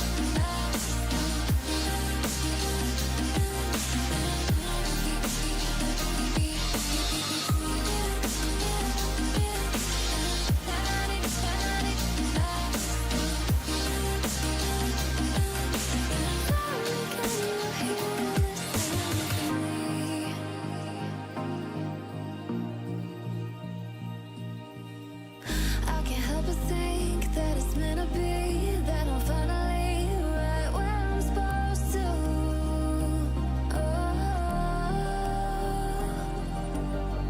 If I let you into the secret, would you listen? I can hear each sound calling my name, and I feel angels around when I start to sing. And suddenly it feels like heaven is so far away.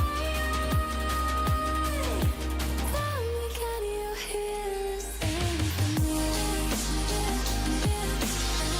Panic, panic,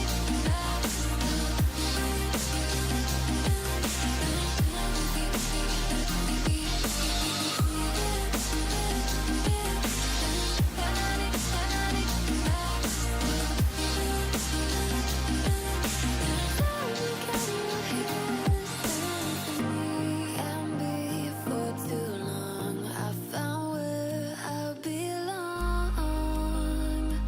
I can hear it, I can hear it, oh, I can't stop the rush. Every note I touch, I can feel it saving me. Tell me, can you hear the symphony?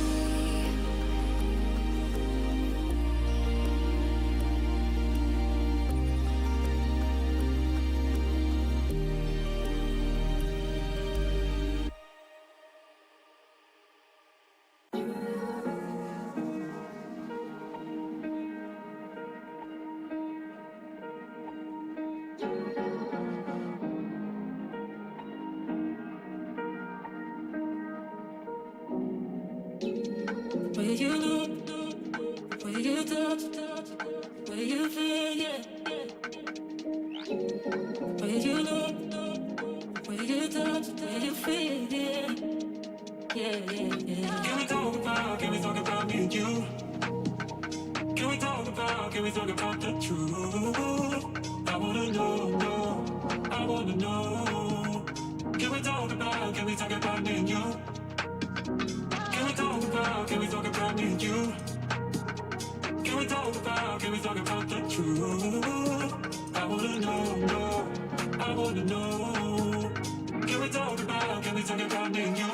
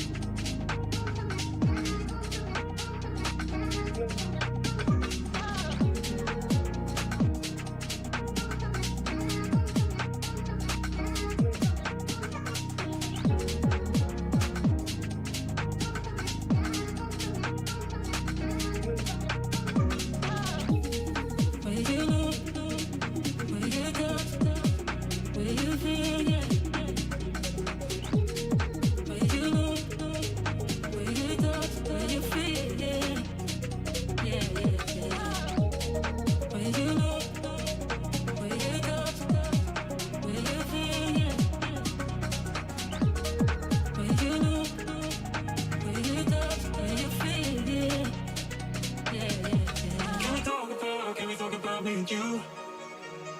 Can we talk about the truth? I wanna know, I wanna know. Can we talk about me and you? Can we talk about me and you? Can we talk about the truth? I wanna know, I wanna know. Can we talk about me and you? Will you know? Will you touch? Will you feel? Yeah. Will you know? Will you touch? Will you feel? Yeah. Yeah, yeah, yeah. Will you know? Will you touch? Will you feel? Yeah. Will you know? Will you touch? Will you feel? Yeah. Yeah, yeah, yeah.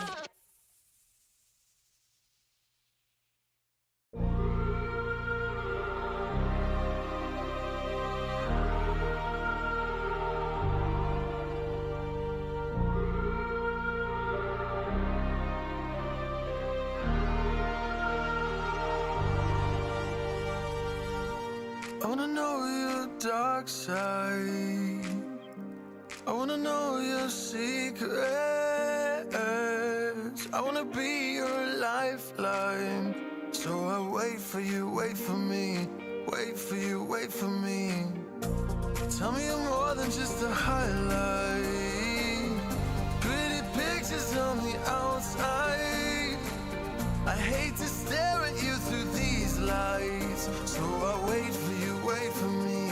Wait for you, wait for me. Click and scroll, I can't let you go. They say I'm addicted to you.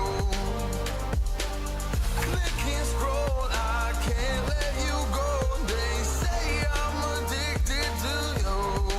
Oh, oh, this ain't love, no, no. This ain't love, no, no. This is artificial. This ain't love, no, no. This ain't love, no, no. This is artificial.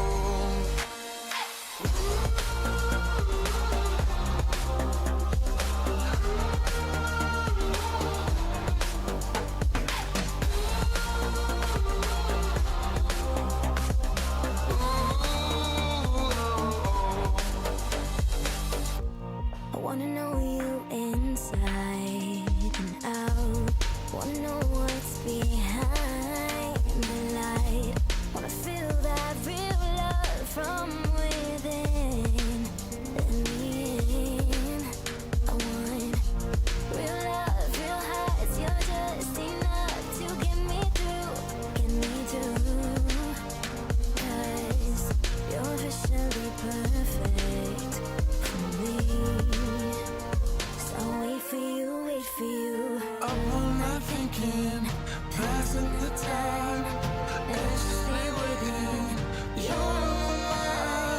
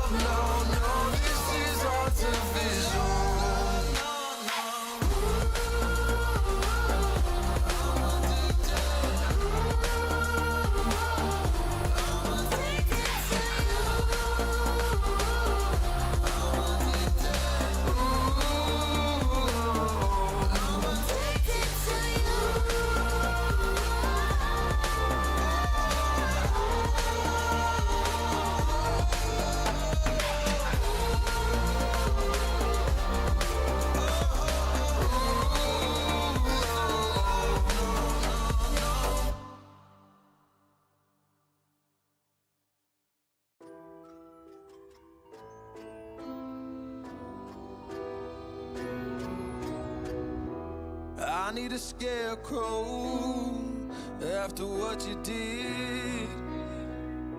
'Cause all of the birds know that I'm almost dead. I'm barely breathing, I'm barely awake. You left me in pieces, there's no more to break. Don't wake me up, not in this century. Don't wake me up, 'cause you're just a ghost inside my head. You're just a ghost, you're never there. You're just a memory on my lips. 'Cause you're just a ghost inside my head.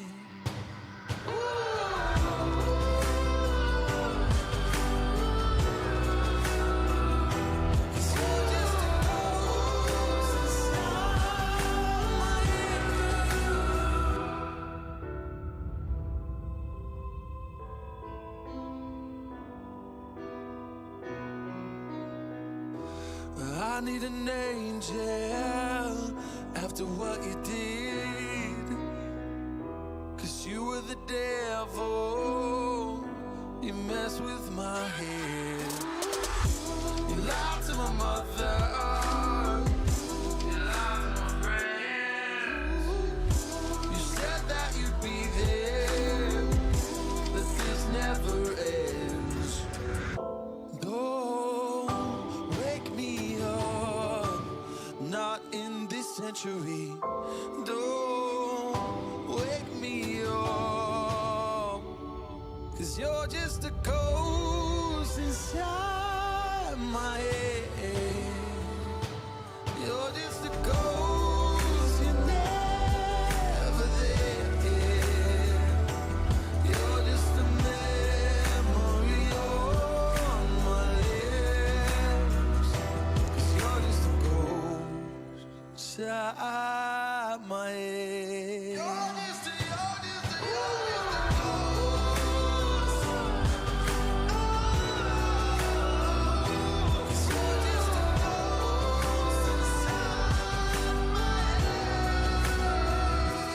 You're just a ghost inside my head. You're just a ghost, you're never there. 'Cause you're just a ghost inside my head. You're just a ghost, you're never there. You're just a memory on my lips. You're just a ghost inside my head. Oh, you're just a ghost inside my head.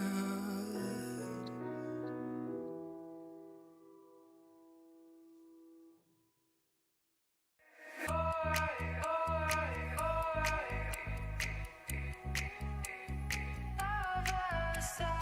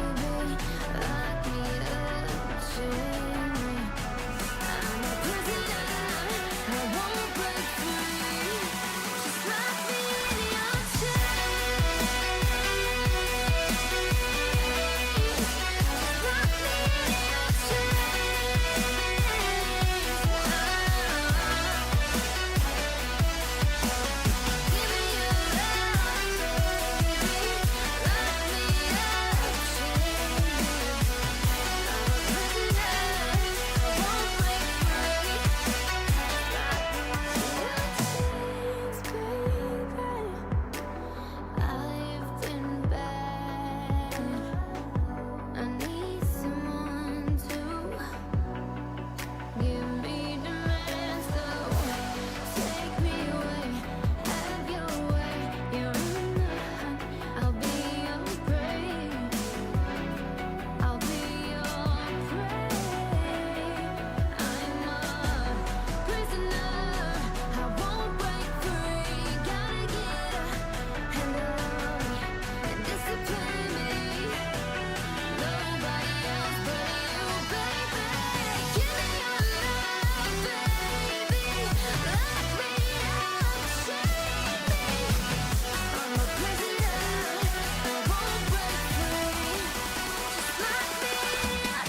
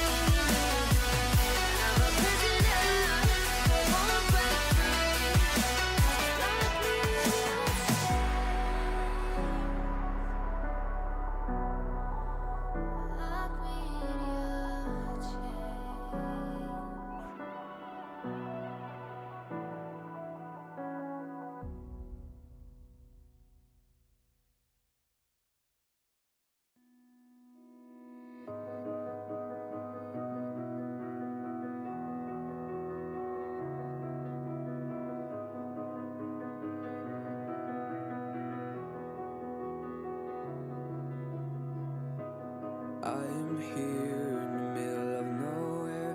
There is no there, it is cold there, but I am safe and I am warm. Although it's hard, I know I gotta keep up. No time to lay, to drift away. I find my space, I spend my time down the rabbit hole again. And as I fall, I can feel the pain. You can't tell me where to go, so I don't know, I just go with the flow. I go with the flow. I'm falling up, I'm falling down, from the sky and from the ground. Up above, just like below, and I don't know where I should go. 'Cause I'm stuck in limbo.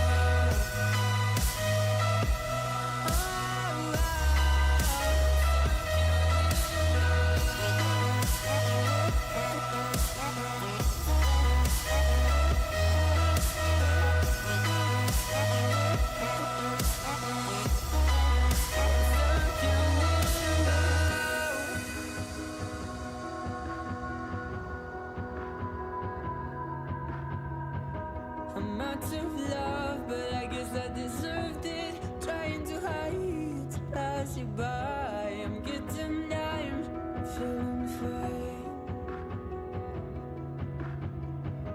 I'm light as air, no one can reach me. Lost in a dream, lost in between. Let's keep on flying, let's keep on breathing.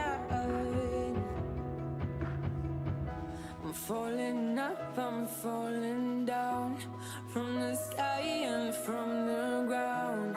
Up above, just like below, and I don't know where I should go. 'Cause I'm stuck in limbo.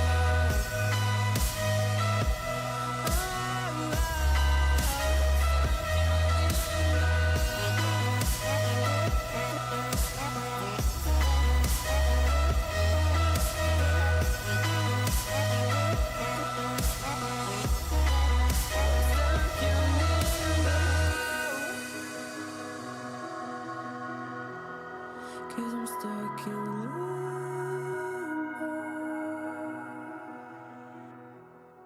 Cause I'm stuck in limbo.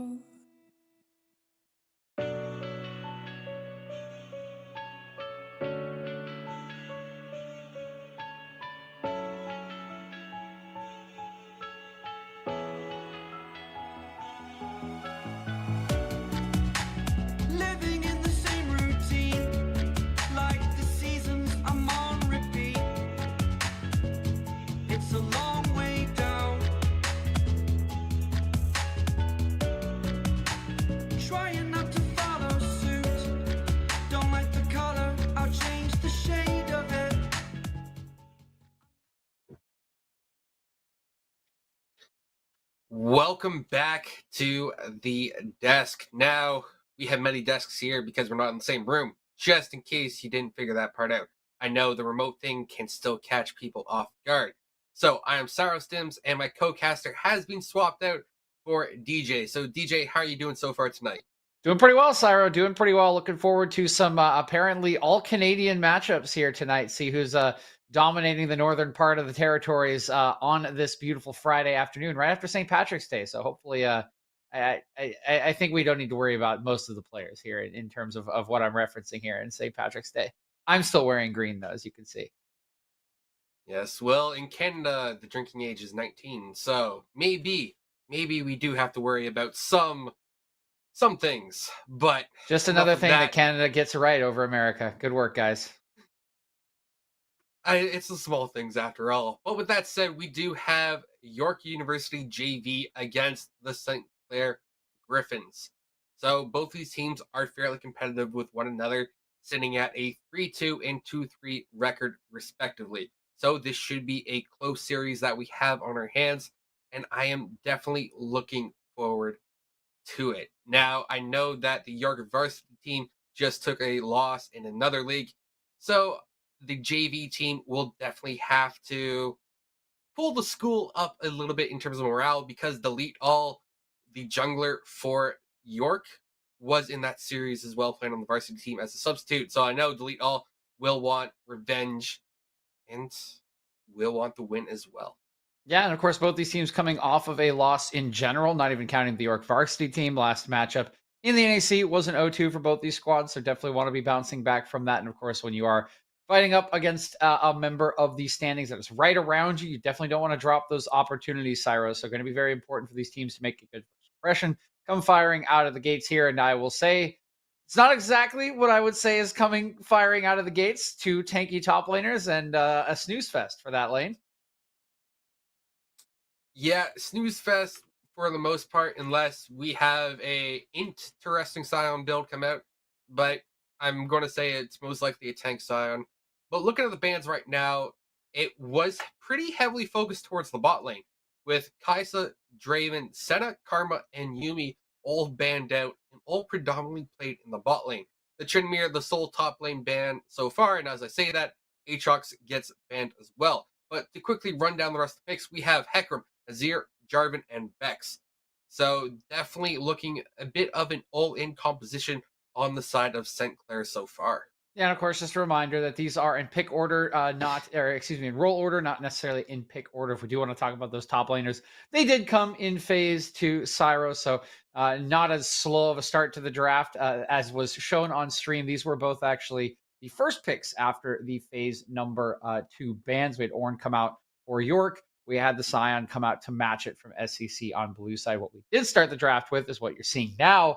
More of these bottom lanes. Hecarim was the first pick, followed by this Lulu Jinx lane into Caitlyn Lux, a matchup that we've been seeing quite a bit of to start out this season, Cyro. And one that, depending on how it's played, right, if you can't get the kills for SCC, you will win this lane.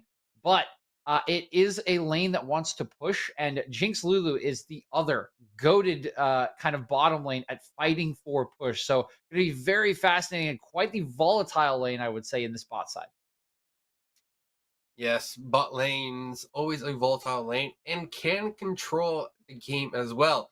Though you often hear of the complaints coming out of the 80 carries, such as imagine being 80 carry in season 12. Well, you chose that punishment for yourself because you chose a role that's meant to be the carry, that's meant to be the target. So if you can't handle the heat, you get out of the kitchen. But sometimes, even if you do, the kitchen comes for you. And both these compositions do have quite a few dive options. The Vex, Jarvan for York, the Hecarim, Azir, Scion on the side of St. Clair as well. So definitely tools to get in on some of those immobile AD carries.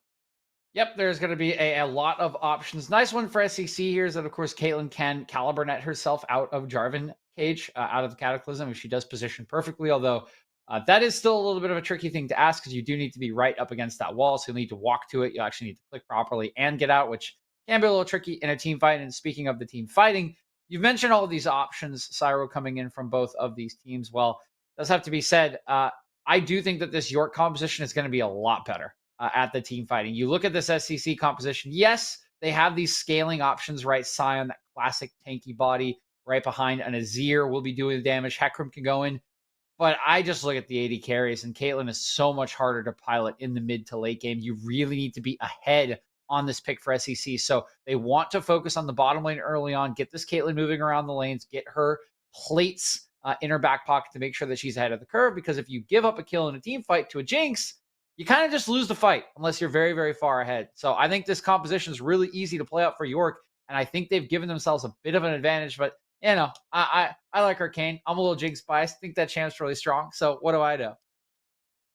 I don't know. I tend to favor cupcakes. They're tasty, they're delicious, and in terms of Caitlyn, also look cute. But that said, we all have our biases, clearly.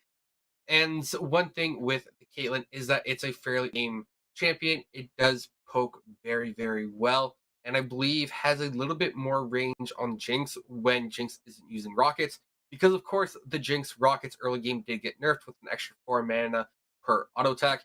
And if you combine the Caitlyn with a Lux, that's an incredible amount of shove power. And because of that, you can just siege towers, take the early towers, and then rotate and get the mid game started on your terms before the Jinx even has a chance to scale. So it will come down to the early game for St. Clair to see if they can get their ball rolling. Otherwise, I do agree with you that York has easier win cons to play towards, and playing to your win cons is a pretty big aspect of the game. Yeah, the win con pretty clear from York College, as I think we're seeing the draft run through here again. It is that team fight, right? They don't really have any side laners. This is a front to back composition. You're going to drop down the Ornhorn. You're going to send in the damage. You're going to let the Jinx reset and win the fight. Definitely more of an early game focus will be required from St. Clair to win this game, Cyro. And I think you've highlighted it pretty well in what they do need to do. Again, we mentioned this. Caitlyn needs to get ahead. So my eyes will be on the bottom lane, and my eyes, of course, will be on Fresh, the jungler, up against Elite All. Because if you look at the two champions that they've picked for themselves in terms of early game impact, which is what we want to see from St. Clair, they are definitely behind in that sort of court, right? A Jarvan can make so many more plays in the early stages of a game than a Hecarim can, and it's not like Hecarim can do nothing, but he really, really does want that level 6, wants the onslaught of shadows before he can really provide the gank assist and the kill potential that you want out of that champion. And so it's largely going to be on Verge and Isbarlo here in the bottom lane to kind of survive on lane positioning alone. They will not have the winning 3v3. They will not just be able to freely over push, or Delete All is just going to do what his namesake does, right? And delete all in the bottom lane.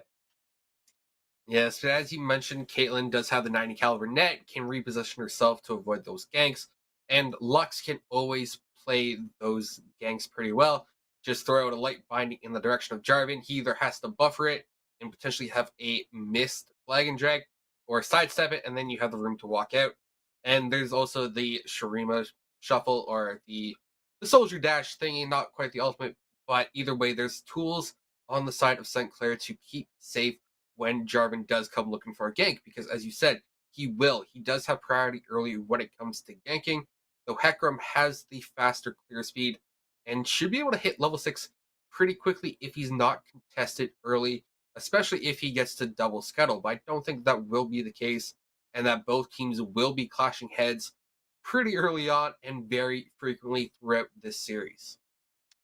Yeah, and again, I think the clash is very much going to be around this bottom side in the early portions here, Syra. You know, we do the Vexen and the Azir can kind of trade prio. Vex should have a little bit more of it in the early game to help out with Delete All. Bottom lane can kind of swing either way depending on how the push is going. But you know, we look at the top side of the map. There aren't going to be any ganks here. If there are, probably not a good thing for the team ganking the top lane. You don't really want to spend resources to gank your low econ tank top laner for team fights later on. The action will be mid jungle bot lane here, and I would really like to see it bot lane because I think that is the important part of this game. If York can shut down Verge and Isbarlo in these early stages, if they don't get a bunch of gold and get ahead, the team fight's going to be so easy for York, and I see it as a very easy win con for them. Just play 5v5s and take this game home. So it will be incumbent upon St. Clair to find ways to let this bottom lane get ahead, get them to a point where they can roam around the map, and then they should be on even footing when the team fights do come around with some of the tools that they have in their back pockets, Cyro. So do keep your eyes focused on the bot lane. Trust me, you can do like single binocular here, right? You don't even need the second binocular for top lane. No, you just need the binocular for bot lane. Unless you're like some Elden Ring player that's like full like berserker, where you build like you build like the giant axes and like 50 vigor and like 30 weight or like 80 weight armor or something. You just want to see big meatheads like bash into each other. Then you can pay attention to top lane if you want. Well, I mean, noodle fights are always fun. Just whacking someone with a wet noodle. They're amusing. True. They sound fun. It's true. It's fun. It's fun until someone gets whacked in the face with one. Those things can whip pretty hard. The older you get, kids Yeah. are scary, Cyro. Yes. I was one of them. Oh, yes. Kids are little monsters at times. But so far, looking at the runes that we've seen come across the lower third there, they've been pretty close to mirror images, especially along the primary tree. The mid lane is finally differed, where we have the Conqueror for Azir, where in the previous series, we actually saw a Hail of Blades Azir, and it didn't seem to be that great. So I'm going to keep my eye on Azir to see how the Conqueror does perform overall. But Vex with Electrocute is fairly standard, and both AD carries running lethal tempo, and their primary tree. Actually, no, their runes are entirely the same. Yeah, they're both actually. I am actually interested to see them both going gathering storm. You can kind of go between inspiration and the blue tree here, depending on what you want out of the lane. But they have both gone for the heavy late game scaling. I'm a little hesitant to say that's as good as on Caitlyn as it is on Jinx, but Yes, now the supports, we do see the Meteor for the Lux, and this is fairly standard, though that isn't the ultimate cooldown for the secondary tree. It is the movement speed one as well. So Lux definitely looking to roam once she gets those kill stacks going. And for the Lulu, we do have the Guardian and the Biscuits. So fairly standard if she wants to stay close to her ADC. Otherwise, the Aerie might be a bit better in this instance, just because you can stand further away from your carry and not be AoE down with the Lux poke, because those Lucent Singularities really do put the damage and hurt onto a team. Yeah, I think the Guardian makes a lot of sense for Hades here. You're not really going to be poking back in this lane. If you are the Lulu, what you really want to do in this lane is dump your abilities onto the wave. Right, this lane is about wave control. You will still get outranged by Caitlyn Lux. You can expect those Lucent Singularities to be there. So the Guardian usually the right choice to block one of them, reduce the damage on the kill combo that comes out of the Caitlyn and the Lux, and then you want to dump your abilities onto the wave. You're not going to outpush or outsustain this lane unless something goes really wrong in a trade. So what you want is to make sure that the wave is where you want it. So if I am playing this Lulu, I am dumping all my abilities to make sure that the minions stay where I want. And then we can rely on, once again, my best friend here in Delete All to come and help us win this lane. Yes, and we do see the summoner discrepancy as well, with the heal on the Caitlyn and the cleanse onto Jinx. So being able to cleanse at the right time is pretty important. Now, there's only two things I would say or recommend worth cleansing, and that is the light binding and the Yordle snap trap out of the Caitlyn. Everything else I would say is it's still valid CC, but it's not hard CC that will lock you down in one place, allowing the chain combo to come out from anyone else. So yeah, so we will have to watch Peter Zezima to see how the cleanse is used and if it is used appropriately. Yeah, personally, I don't know if the cleanse would be needed normally in this case, Cyro. I probably wouldn't take it. However, what I think this shows and what I think the comments probably are from York is, again, just a recognition of how easy their team fight is later in the game. How does this game go really, really wrong? Virgin is Barlow get way ahead of Zezima and Hades. So if you take the cleanse and just make sure that you're not going to get killed by an all-in combo from this Caleb Lux in lane, well, all of a sudden you don't even need the heal, right? You can just get the kill, get the reset, and win the team fight. So I think it is, while it's probably in isolation, maybe not the here, given the team comp and what they are looking to do, I do actually think this is the right choice to make sure the game does not get out of control before you come online.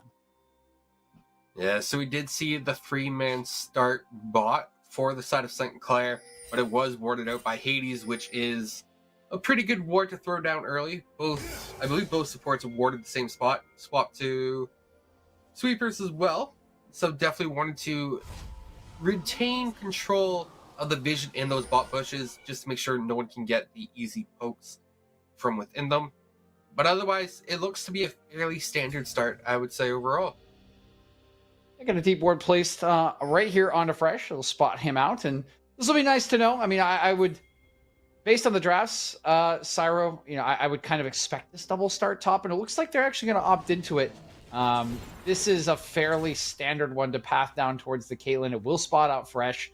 They do have a counter ward from St. Clair kind of in this river. You can see just on top of the brush. That is to stop the level 2 ganks that can come from a Jarvan when he is clearing. We'll see what the lead all wants to do here as the bot lane. The trading will begin. Again, wave control going to be the name of the game here. Yes, wave control. So it's Barlow going to sweep this ward, maybe get a little bit of gold back. But really, it's just Jinx doing Jinx things right now. Does actually have a 1 CS advantage, and they're trading pretty heavily bot lane. And Peter was close, but delete all here with the engage. And did not get the Grump steal, actually. So that's tempo over to Fresh. At the lead, although he's just going to keep following him. Like, he knows he wins this duel in the early game. There's actually no smite on Fresh either. He's had to pop Ghost. I think he has to head for the hills. Omro combo is here first. Fresh in trouble. He's getting flashed on. There's the fear. There's the follow-up. And there's first blood for Omro combo. Yeah, that's first blood, and definitely very aggressive posturing out of York, following through with that invade, because otherwise that would be lost tempo, lost experience, and just lost time for the lead all there. But following through pays dividends, and they do get a binding here on the Hades. Hades getting chunked down fairly decently, but overall it's about pretty tight, and a kill goes over to Aqua Anthony there as the Scion drops dead.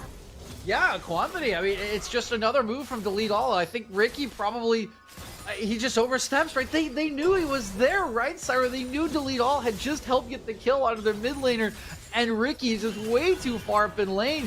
What a start here from the York Lions JV. Yeah, it's definitely an aggressive start, but Jarvan only has a camp and a half to his name, so I would say going to be a little bit behind in jungle pacing and items as well, though the kill assist does help. So Ricky LaFleur cancels the back, proxies the wave, and you can tell Orin is in a little bit of a precarious situation. Nothing should happen, but without much mana, we do have a fight bot.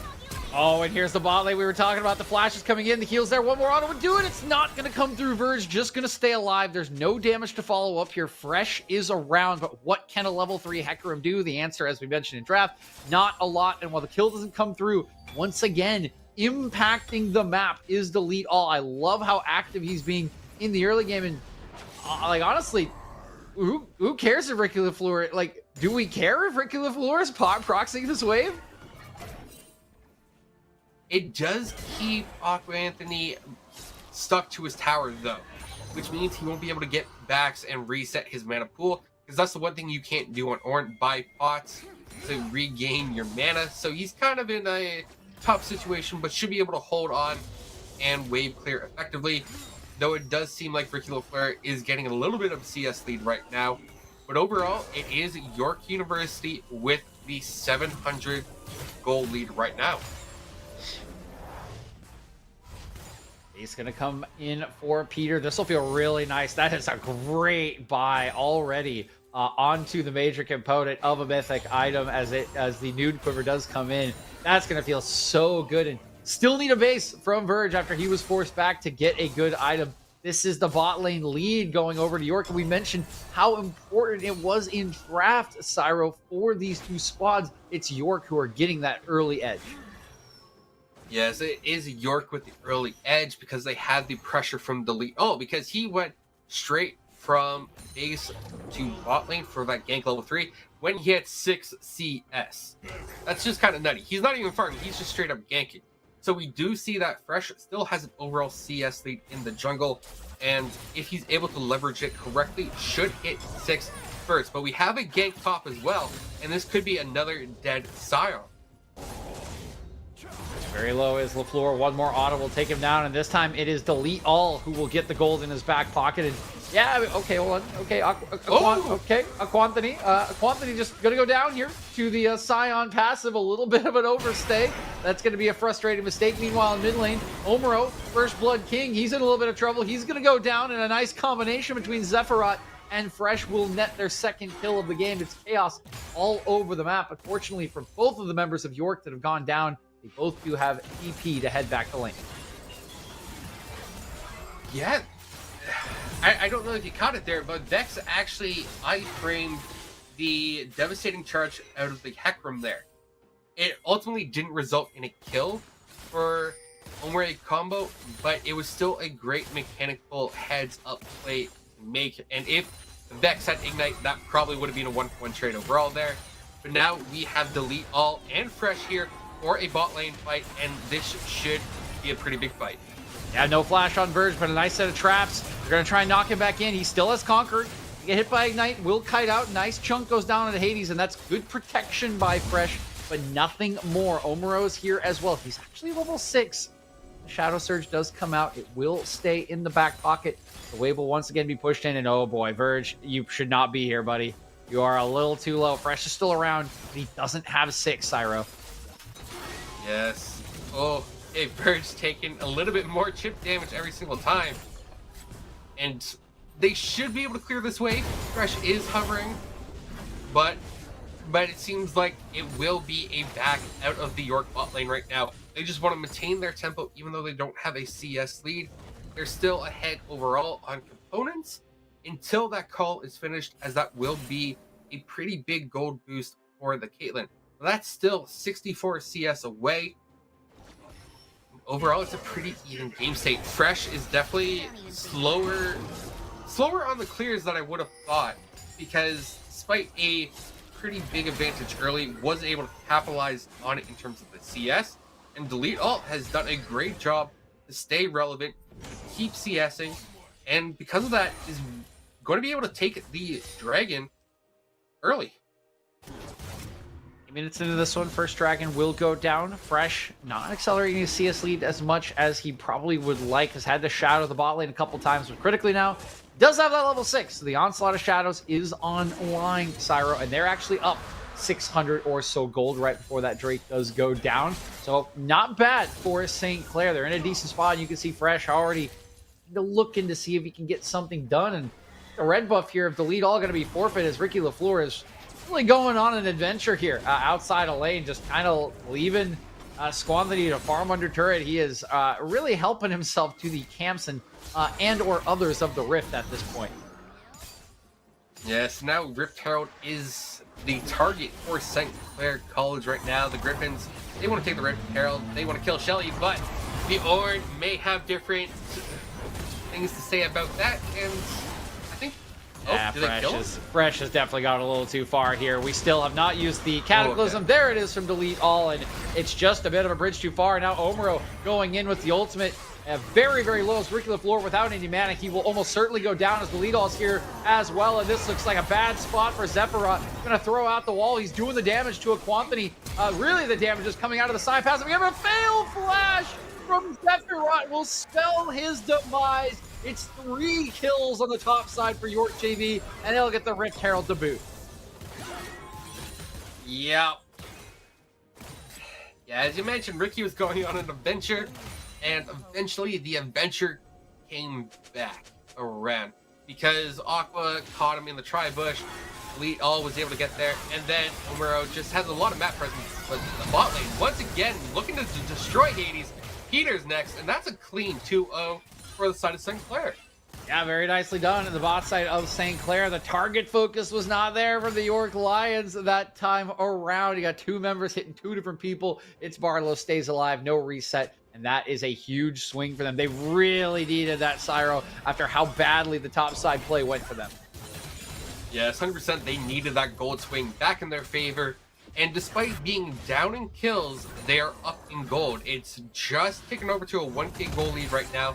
We do see the Vex potentially looking bottom for a dive, but St. Clair bot lane will look for a reset right now. spend that gold because you know their pockets are heavy right now. And even Delete All was a little bit slow on getting there, so they do get out cleanly. So overall, St. Clair making some good macro choices, even if some of them aren't working out. By the way, one thing to note, Cyro, Ricky LaFleur is doing the interesting Scion build. He is doing Inting Scion. So these 3 deaths might not mean that much. We will probably see a lot more. Probably, but just the fact that he has a kill up 23 CS is a good look for an Inting Scion this early on. He has the call as well. It's already halfway done. So it's kind of scary that the Inting Scion is already getting off the ground. Now we also see that Orin has picked up a call as well, which I do find surprising because it's not usually an item you get on a top lane tank. Yeah, it's interesting to see that one come out. Try to maybe just match. I mean, I think really the concept is they're not going to be interacting with each other, so why not just get the extra gold off of farming minions? No one's going to be stopping me, so I can just cash that at some point in the game. Because, yeah, Inting Scion, I mean, as we can see, he's proxying waves, he's running around, doing whatever he wants, and that's about it. He's never really going to be a part of team fights. Speaking of team fighting, here come all the ultimates, and there goes the bottom lane. And this is exactly what we kind of talked about in the draft, Cyro, because that is a wombo combo from hell for St. Clair. I don't know if it was from hell, but it's certainly from a red side of the Rams. And then with the Rip Turtle on top, they get a clean first tower take as well. And the gold lead that St. Clair had was just eviscerated by York University Lions. Claws out. They pull out a 1k gold lead of their own. So a 2k gold swing in that play alone. And you can see Delete All miles ahead of Fresh right now, having that gold lead almost in its entirety on him. So much gold in his back pocket at the moment. And remember, Delete, he was behind in CS, but it doesn't matter. He's been involved in nearly every kill. He actually has. He has 100% KP. Speaking of KP, Remember's going to get a little bit of that on a nice kill onto Omuro as Ricky LaFleur. He's moved on down to the spot lane to start working away at that turret as well. And nicely timed with the ultimate will catch out the enemy mid laner. And we'll start to fight back as the first turret did go down in that bottom lane. This is, yeah, I'd say fresh. It's not really going to work out. There's a certain spell that Lulu has that, you know, turns your horsey into a little rabbit. It makes it a little hard to engage. Is it a rabbit or a squirrel? It's a squirrel, right? Whatever it is, it's annoying. The ultimate polymorph ability, even though it's not an ultimate, it acts like one. And now it's Arlo who's getting focused down here. An Onslaught Shadow comes through, and Peter does have to flash out there, but Delete All is in there as well. Power goes down, and it's a bit of a fiesta right now as the Streamer Shuffle buys Rune, but Delete All said, no, not today. And now Verge is going to get picked off here, and well, that is a team fight if I've ever seen one, with only Ricky LaFleur being the last one alive on the side of St. Clair.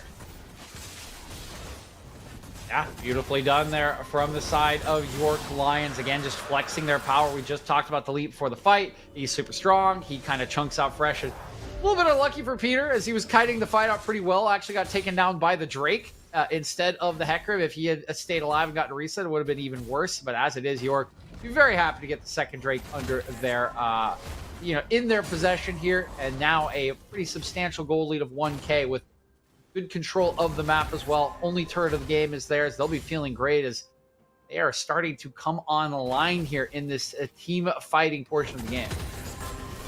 Yes. So Ricky is almost finished his call, has the hull breaker, and is fairly scary as a side lane Scion right now. Will be able to do a lot of damage, tank a lot, and also pressure the towers very, very well, especially with the Demolish Rune that we saw earlier. Side lane, he still doesn't take it. What do we need more turrets out of Ricky LaFleur at this point in the game, Syra, or is it just fine at this point?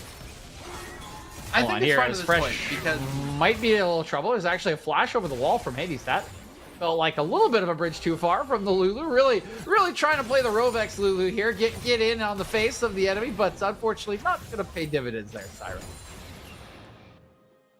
You could say it's a flashy play regardless there, even if it is a bit ambitious. But yeah, Ricky hasn't taken any towers yet, which I think is okay. It's only 16 minutes, and the first tower went down to Rift Herald, and it is freshly caught out in his jungle right now. The Cataclysm comes down, and the Onslaught is a little too late there. So the Hecarim gets turned into glue once more. Lead strong. 6-0-6 now with that Gorge Raker can full boots completed. Top side, Omro is in a lot of trouble. Omro is dead. Which one will it be? Turret or the snipe? Turns out it's the snipe. Nicely done by Verge. Nice little point and click. Feeling like a Syndra there for a second. And I'll try to chase the rest of York Lions off of this Rift Herald. It looks like they will succeed with their mid laner dying for the third time this game. Yeah, so I think Ricky LaFleur will get the bot tower here because Aqua Anthony isn't quite there yet. So St. Clair should be able to hold mid tower here pretty easily there. Now we have the Caitlyn and the Lux wave clear. It's pretty obnoxious to deal with and siege against. So that is the bot tower going down. The top tower also goes down for St. Clair. And now it's Ricky trying to survive in a 1v2. So Ricky already used the ultimate. I don't think he's getting out of this one, Cyro. We'll watch the autos rain down here. One more cue for the road for Mr. LaFleur. What he needs to do, I don't know why he's running away. He needs to get to the turret. If he's playing the Scion, he's gonna go for the kill. And Ricky hit the turret. Ricky hit the... It's okay. His team will get the Rift Herald off of that play regardless. So that could lead into other objectives as well. But either way, they are playing the cross map fairly well. And despite the kill discrepancy being heavily in favor of the York University JV team, you know, the Lion Cubs, you could say, it's still a very even game across the board. Just about an 800 gold lead at the moment for York Lions JV. So definitely not too far in either direction at this point, Cyro. We're working our way into the middle portion of this game. Verge working towards this turret. Still pretty healthy, though. We are looking at one turret apiece here with that very close goal lead. Of course, critical item spikes here. 2 items have already been completed for Peter Zazima. We're not really that close on Verge. He's about 800 gold behind in that respect. So definitely some advantages still for York Lions despite the kind of slight-ish gold lead. Actually, that's pretty even gold, Why? which is a bit surprising because I thought for sure Peter would have a gold lead just based on the tower plates alone. But the ace in the hole comes through, doesn't kill Peter, but a good chunk regardless. And once again, Fresh is sent to the gray screen to perhaps freshen up a little bit. Ulti comes out here onto Zephyrat. I think he's been... Oh my god! Okay, Omro. I mean... Yeah, why not? Shadow Surge, there's a snipe. Nice stopwatch will keep it alive. There's... Okay, Barlow, that was... I like the attempt, buddy, but your burst was already gone. It's what we call an ambitious play. Now Verge is going to be focused down here. Yeah. Zap comes through. The heal, not enough. Maybe if he was able to get to the wall and flash over, but either way, Delete All would be there with a flash and Cataclysm of his own. So, I think... Run, Ricky! Ricky does not have ultimate. Okay, they're not actually going to roam up, so this will be an honorable duel between the tanks in the top lane. Here we go. No ultimates on either side. Ricky, the Q, get the knock-up, and okay, this is why we don't look at top lane. What do you mean this is why we don't look at top lane? This is quality wet noodle fighting here. But it's the dragon that should have our eyes, and it does. As Fresh is going to go for the dragon, they do get the dragon, and he's able to get out cleanly as well. Can the rest of the squad? There, but combo is there. Delete All follows through as well. And suddenly it's Barlow going down next. Just a second, Barlow just died. Fresh, just get out alive. You got the dragon, you bought your team time, and oh no, this is another dead horse.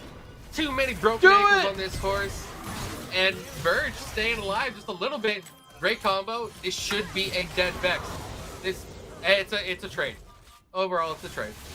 It is a trade, and the Baron now on the map, going to be under siege. Yes, Ricky got the top turret here, tier 2, of course, with Aquanthony teleporting away to guarantee the fight, but this will be the big prize. This is the Baron that's going to go over to York Lions JV, and you want to talk about fighting back against siege, taking full control of the game. It's all going to be in the hands of the Lions here after this goes down. Hades, do not die on me.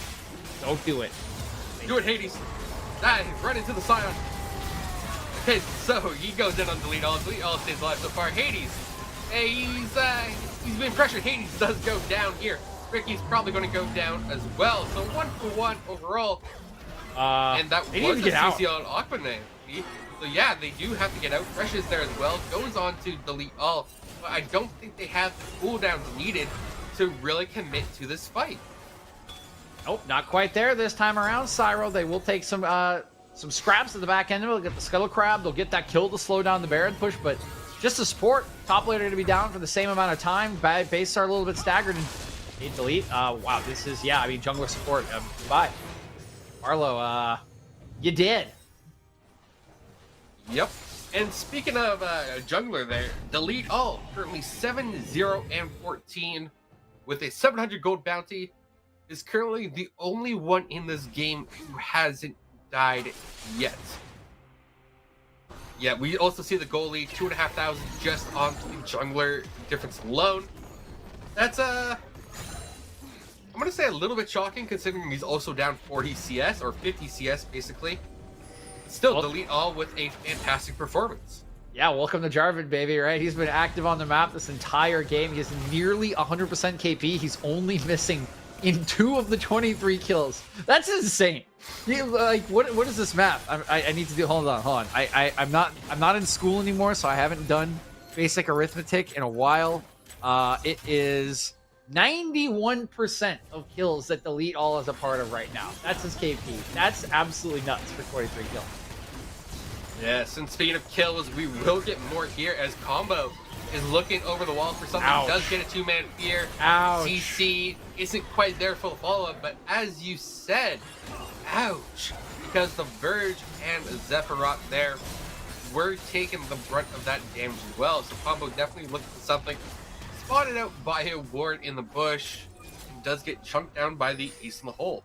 A little bit of dancing going on here from Deletus. The second minion wave comes crashing in. That'll get rid of the turn. Delete just going to go on in. Flash comes out of Verge. There's the full engage, and this is how easy it is for York Lions in a fight. Just press your buttons and goodbye. A nice combo on the other end from St. Clair. There's a good flash in from Zephyros, but it's going to get him killed. It's going to be a 1-for-1. Still hectic fighting. Delete All on the backside, but the critical thing is Peter is down, meaning no more reset. Flashing in as a quantity. He's separated from his team, though. Can't get the kill. Verge will go down. Delete All is so strong. He's still going. He's got the Conqueror proc. He's got the Lulu in his back pocket. He is the carry now, but can he go 1v2? A lot of damage coming out from Barlow. He's burning down to the items. I don't think he's... Okay, they might get out. They might get out, Hades. Hades now in trouble. Hades gonna turn. Barlow's gonna go down! Hades gonna win in some Portal combat! Now can the Lulu run? We've seen these highlight reels before. Gonna hit that speed. Can he get away? Gonna dodge out on the slow. Can he dodge out on the Q? He's gonna get slowed by the Q. Come on, baby. Come on, Hades. He gets the Q, so he's out! Hades is gonna get away! Let's go, baby! And this is why the lore is that Yordles are from hell, or little devils. Too many years with Teemo, and now we have Lulu, who is still alive. Please, somebody just killed the god of dead. Oh. Yes! Look at him! Bathed in the glory of the enemy red buff, stolen from their cold, dead... Well, it's actually a warm corpse. That thing has not been there for very long. But that is just beautiful stuff from Hades. And now you can see York Lions start to have a little fun with this one, Cyro. They don't have the third Drake, unfortunately, but they do have themselves a 6k gold lead, full run of the map at this point. And again, Ricky, he's been splitting the entire game. They have not been really able to fight, and they don't have any of the Nexus turrets down yet. So this game is really completely York Lions as to win or lose. Yes, it is in favor for York, but with York having the advantage that they've had and not being able to crack the base so far, definitely speaks to St. Clair's perseverance and being able to come back into this game. Now, Ricky has gotten all 3 towers for the side of St. Clair, so it will be on Ricky to continue that side lane pressure and continue it in such a way that it actually buys his team pressure on the rest of the map. Otherwise, I think St. Clair could just look to continue a very slow bleed until York just decides to end it. need a clean closeout here now from York. Cyro, that's what we're looking for, right? Show us how clean you can be at the end of this game. Everything's fully online for them here. I mean, 3 items on Jinx, 3 items on Omuro. I think nearly 4 probably on Delete All at this point. Yeah, he's got 3, probably some extra gold as well, and he's the jungler.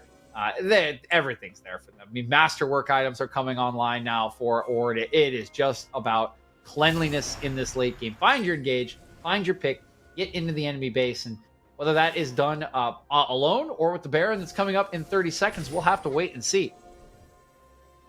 Yeah, Delete All, definitely the star of the team so far, but we can't overlook the Omuro combo because this Vex has definitely been putting in work. And so the second Baron is just seconds away right now. We know York is setting up for it, and it is up to St. Clair face checking. And gold bounties are activated. So Ricky in this bot lane will be getting extra gold for this T2 tower. And he has the Titanic Hydra, so he could very quickly push a lane. And there's the tower. He's now TPing to the fight, so this will be a full team fight. Here we go. Ornhorn going to be popped here. Only going to land onto 1, and that's only onto the tank. But you can just see how hard it is for Zephyron to walk in, and he has to go in as he's being burned down, and he will fall first. Shadow Surge will go wide, getting a little bit of a reprieve for the rest of the squad of St. Clair. But dude, they can't even walk through their own trap line to get towards this Baron. You got Fresh out to the top side. You got Ricky LaFleur in a bush. He still has his ultimate, but a Quanthony running this front line. Now comes the secondary engage. Verge is still trying to walk in, but he's going to get knocked up. Has to flash away. Damage coming down. They've gotten onto Peter. That's a critical takedown. Already 2 kills. Can they turn the fight? No! Omuro going to snipe out Verge on the backside, and the gold lead is all too much here for the Orc Lions. It's a valiant effort on the backside from St. Clair, but they do not have the stats. They do not have the items, and now Ricky LaFleur, he is strong, but he is just a sign. He's going to get kited and CC'd out here the rest of this fight. Unlikely to escape, even as he walks away, if York decides to take him down. The question is about the Baron. Is actually flashing away now from the return Zephyr. God, it's actually early into this game. We forget. That's how far ahead York is at just 28 minutes because Zephyr was able to respond. Doesn't even matter. The lead is going to get his 3rd Proc of Gore Drinker of this fight. He will actually go down for 1,000 gold shutdown to a Quanthony. Nicely done there. And still fighting is a Quanthony. Zephyr down to 1 HP. Ricky LaFleur, it's a double kill. A Quanthony will fall to the ace in the hole. What a chaotic fight. And St. Clair staying alive, Cyro, but for how much longer? That was actually massive for the side of St. Clair. Not only do they stop the Baron, they get an ace as well. Both sides got an ace there over the length of that fight. But more importantly, they collected the shutdowns off of Elite All, for instance, which was a 1k gold bounty. And that was absolutely massive. So you could just see this Scion will not go down easily and can out-sustain. Yeah, the Scion alone can just team tank everyone on York for way too long. Yeah, that was actually good for York. They've closed the gold lead. It's down to about 4k instead of the 7k it was earlier. So York, they do have to be careful with these team fights. They're not too far ahead, though they are on Soul Point, which is coming up in the next 30 seconds.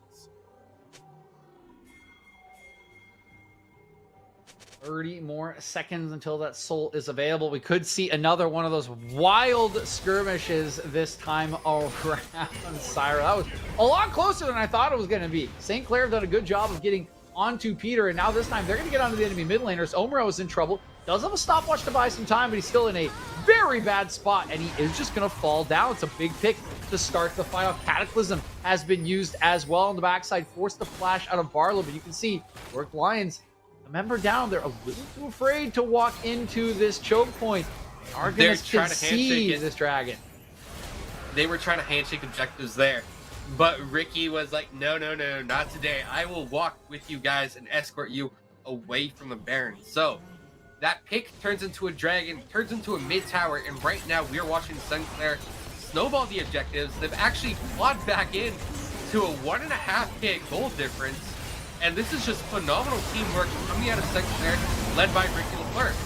Hey, they're going in, but they haven't gotten on a Peter this time around. He's still alive in the back line, trying to take down Fresh. Can he kite away? He's going to get the reset. This is a problem, but no. Sephiroth goes in, takes down the Jinx, and that's a huge pickup. There is no more consistent damage. The lead all going to try and get on the enemy mid. Sephiroth, I believe, will fall here for killing Peter, but again, they find the critical target to stay alive in the 80 carry. Now, Omro has TP'd back into this one. Can't quite slow Ricky LaFleur down enough. Barlow running away towards the top side. Can he keep himself alive? If he can't, it likely will mean Baron is still on the table with the support down. Still running, still hiding. Hey, Okay, I'm pretty sure that's just a spectator glitch. But seeing the blue trinkets there pulsing back and forth, it's kind of a cool effect there. So Rick LaFleur now in a 1v3 situation there, but Barlow Wait, is there as Barlow. well. No, Barlow, don't show your face. He gets it! He gets it! He gets the Vex. So Barlow will go down here by the Cataclysm. But Rick LaFleur is still alive. And we've seen the Scion survive before. I doubt we'll survive this time as Hades is there as well. But this is a 1v3 Scion. Oh my and God, look at that shield! What is that shield? It's disgusting. That's what it is. That's a disgusting shield. That is a big health shield right there. There's a lot of HP on this Scion. Definitely very, very nice for him to be able to get that up every couple of seconds with the W, but fortunately, he will still fall in the extended fight. Peter's back up as well, which means Baron number 2 finally going to be on the table here for York Lions, unless Fresh pull out a miraculous steal. And he's going to go for it. Looking around here. Does not have the Ghost available. Only has the devastating charge. Sephiroth going to get knocked up. They're going to turn off the Baron. There's a reset. You go right back to the Baron if they want. As the mid laner now down, and this feels like a bridge too far for St. Clair. York Lions will finally get their big prize and can look to end the game. They can look all they want, but whether they're actually able to is a whole nother matter, because Dragon is up in 2 minutes 30, and that will roughly be when Baron falls off. And Sinclair have done a fantastic job of staying in this game and battling back.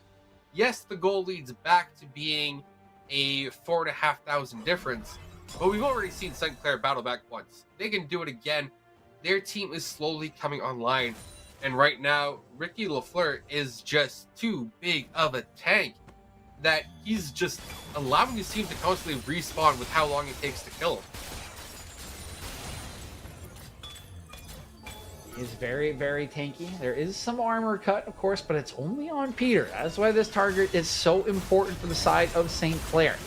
Though they are using the second Baron, walking into the base, that tanky boy in a quantity, just going to tank the trap line, and the turret is in from the flank. Comes Ricky LaFleur. He will get blocked up by the tank in a quantity. They're trying to get up Peter, but Peter flashes away. Peter is looking for the reset. Peter has the reset, and the knockups are coming through. This is the team fight we wanted to see. The good itemization for Ricky be damned. It doesn't matter when you're dealing with a level 17 Jinx. Down goes the composition of St. Clair. The walls have been broken. The dam has been busted, and St. Clair is going to be dropping game number 1 to York Lions JB. Yes, the York Lions JV had an absolutely phenomenal performance. They threw it in part of this late game, but when they got back the wheel, they said, we will just end the game. And that's exactly what they did. It took a while, just over 30, couple minutes in, and 45 kills for the side of York. But regardless, York JV picks up game 1 in this best of 3 scenario. But I have to say, St. Clair did do a fantastic job holding on overall. Yep, decent fight back from St. Clair. Some pretty fun moments, of course, from the top side of there with that Scion from Mr. LaFleur. But unfortunately, not quite enough to overcome what we identified as a very easy team fighting composition available for the side of the York Lions. We'll see if that fight we saw from St. Clair can help them to a bounce back win in game number 2, or if the Lions will get their revenge for both their last loss and their varsity team's loss with a clean 2-0 today when we return for the second game of this best of 3.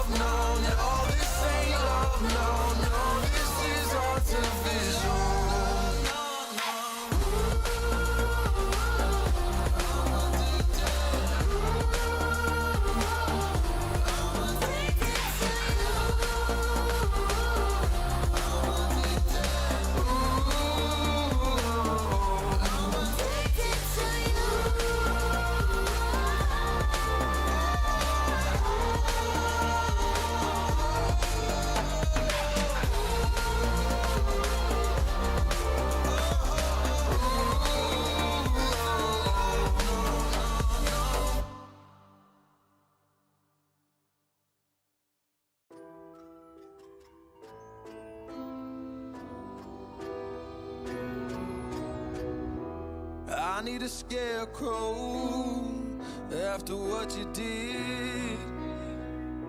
'Cause all of the birds know that I'm almost dead. I'm barely breathing, I'm barely awake. You left me in pieces, there's no more to break. Don't wake me up, not in this century. Don't wake me up, 'cause you're just a ghost inside my head. You're just a ghost, you're never there. You're just a memory on my lips. 'Cause you're just a ghost inside my head.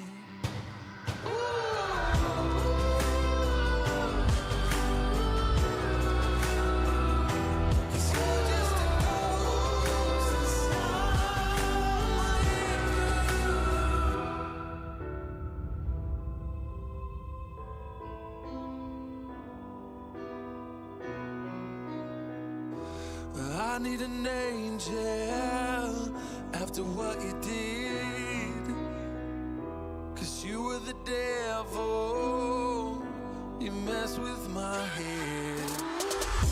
You lied to my mother, you lied to my friends. You said that you'd be there, but this never ends. Don't wake me up, not in this century. Don't wake me up, 'cause you're just a ghost inside my head. You're just a ghost, you're never there. You're just a memory on my lips. 'Cause you're just a ghost inside my head.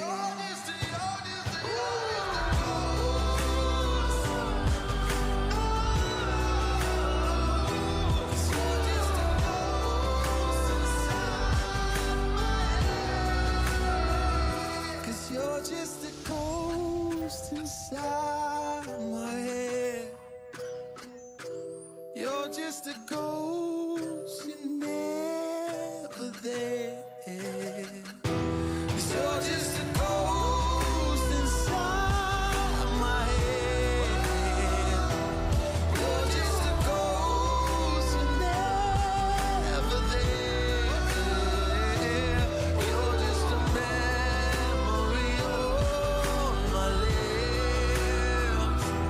You're just a ghost inside my head.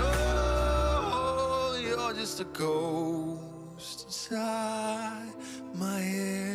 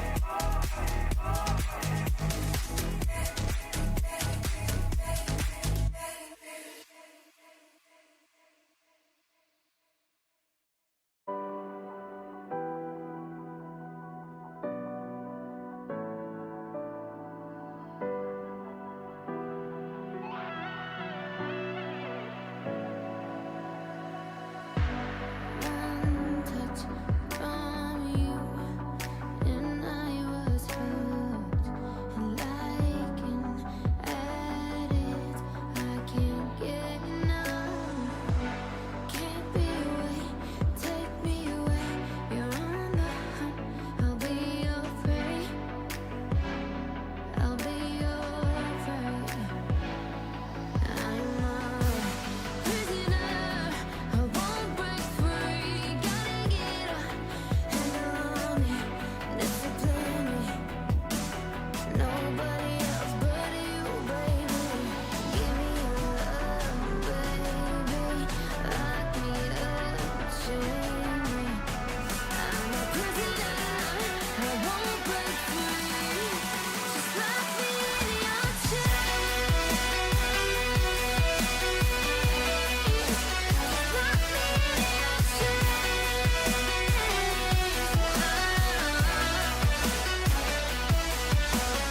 Give me your love, baby. Lock me up, chain me. I'm a prisoner, I won't break free.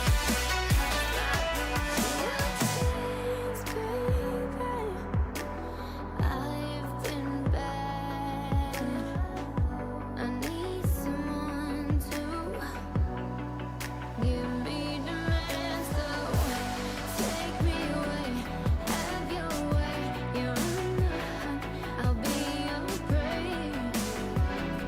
I'll be your prey. I'm a prisoner, I won't break free. Gotta get a handle on me and discipline me. Nobody else but you, baby.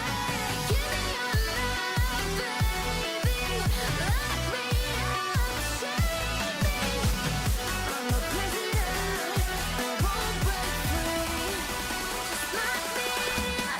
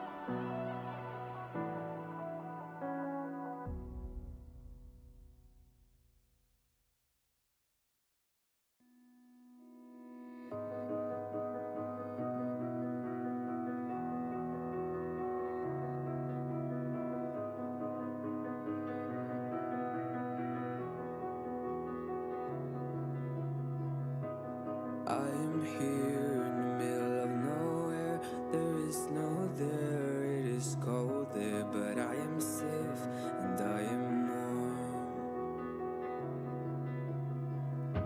Although it's hard, I know I gotta keep up. No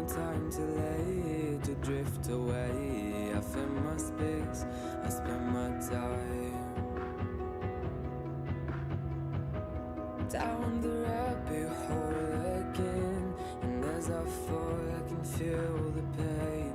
You can't tell me where to go, so I don't know, and just go with the flow.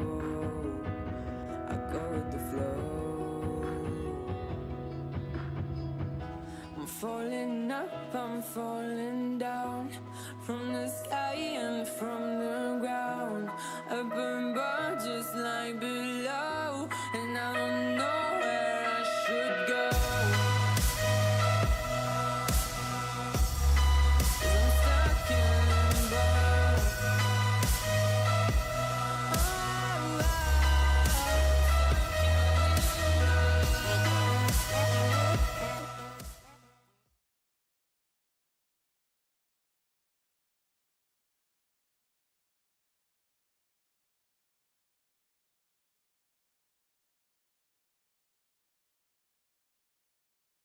I was muted there. I am a professional, as you can tell, because I Oh, was we've muted. all done it. Don't worry. But as the spiel was going, welcome back. We have the second game of the night and the second series of the night as well between St. Clair and York University. We do have a side swap as well. So, DJ, we did talk during the break about some of the change ups that need to be made or that we feel are appropriate. So, can you give the viewers a quick rundown of those changes? Yeah, so it kind of depends. And we have gotten confirmation, as you mentioned, confirmations of side swap should switch things up a little bit for the side of St. Clair. But if you're St. Clair, I think where you look at where the problems came is you were just outgunned in team fights in that draft. And I honestly think they kind of recognized that, right? Ricky LaFleur going for this, a very heavy split pushing build with the hull breaker, really trying to focus on side laning and turrets and kind of disrupting this Ornn because it was pretty clear to them, I think, that they were not going to win team fights the later this game went on. And I think that was borne out in the game. So now that you are on red side, I think you could just give the Jinx up and opt into a similar matchup. But if you are going to take the Caitlyn, you need to pick a jungler that can have more early game impact, right? Someone that can actually match the crazy ganks and the playmaking that we saw come out of the York Lions last game from Delete All. Because the Hecarim wants to go to 6, and the Caitlyn Lux needs help in the lane phase to make sure they can stay ahead. It's just a little synergistic in my opinion. So if you want to go for that kind of combo, try to draft the Jinx Lulu onto your side so you have more of a team fight engaged and a little bit of enabling for Hecarim, or pick something like, Lee Sin, whatever in first phase to try to play that earlier game style if you do want to draft this kind of bot lane. Yeah, just either enabling the heck and playing around it or changing up your team comp. And you mentioned having a early game jungler to match. Now we do see a lot of Xin Zhao, even Trundle early on, and both of these champions can go toe to toe against a J4. Now, because there is the side swap, bans will probably be a bit different than before because I think giving Jarvan back over to Delete All could be a mistake. But we will find that out once we get into Champ Select. But either way, York played game one fairly well, and it is up to St. Clair to make the required changes because they were the team that looked shakiest. Now, that said, I do actually like Ricky LaFleur's Scion. He played it pretty fantastically, got a bunch of towers, was a menace in the team fights, and just lived so long. Unfortunately, his backline couldn't follow through with the damage, so the tank just kind of died out in the end. Yeah, right. He was super tanky, right? He got all those resources, but this is kind of the part of the problem you have when you give your tank your resources, right? It's really great when they can absorb damage, but if you can't stay alive in a team fight and he's the last one or the second to last one, it doesn't really matter, does it? You can't really do a lot of your Scion with all that CC in a 1v2. So that's why you want resources on the carries, right? On the playmaking high agency champions. So while I do agree with you that Ricky LaFleur played kind of his role in the game pretty well, again, the game plan was just not online at that point for St. Clair, making it really hard for them to kind of accomplish anything in the later stages, despite actually turning some of those team fights, I would say, in surprising fashion as we see the picks and bans coming through for the second draft. Again, we had that side swap. That Scion was taken away, but so far we are seeing a very different draft in this game too.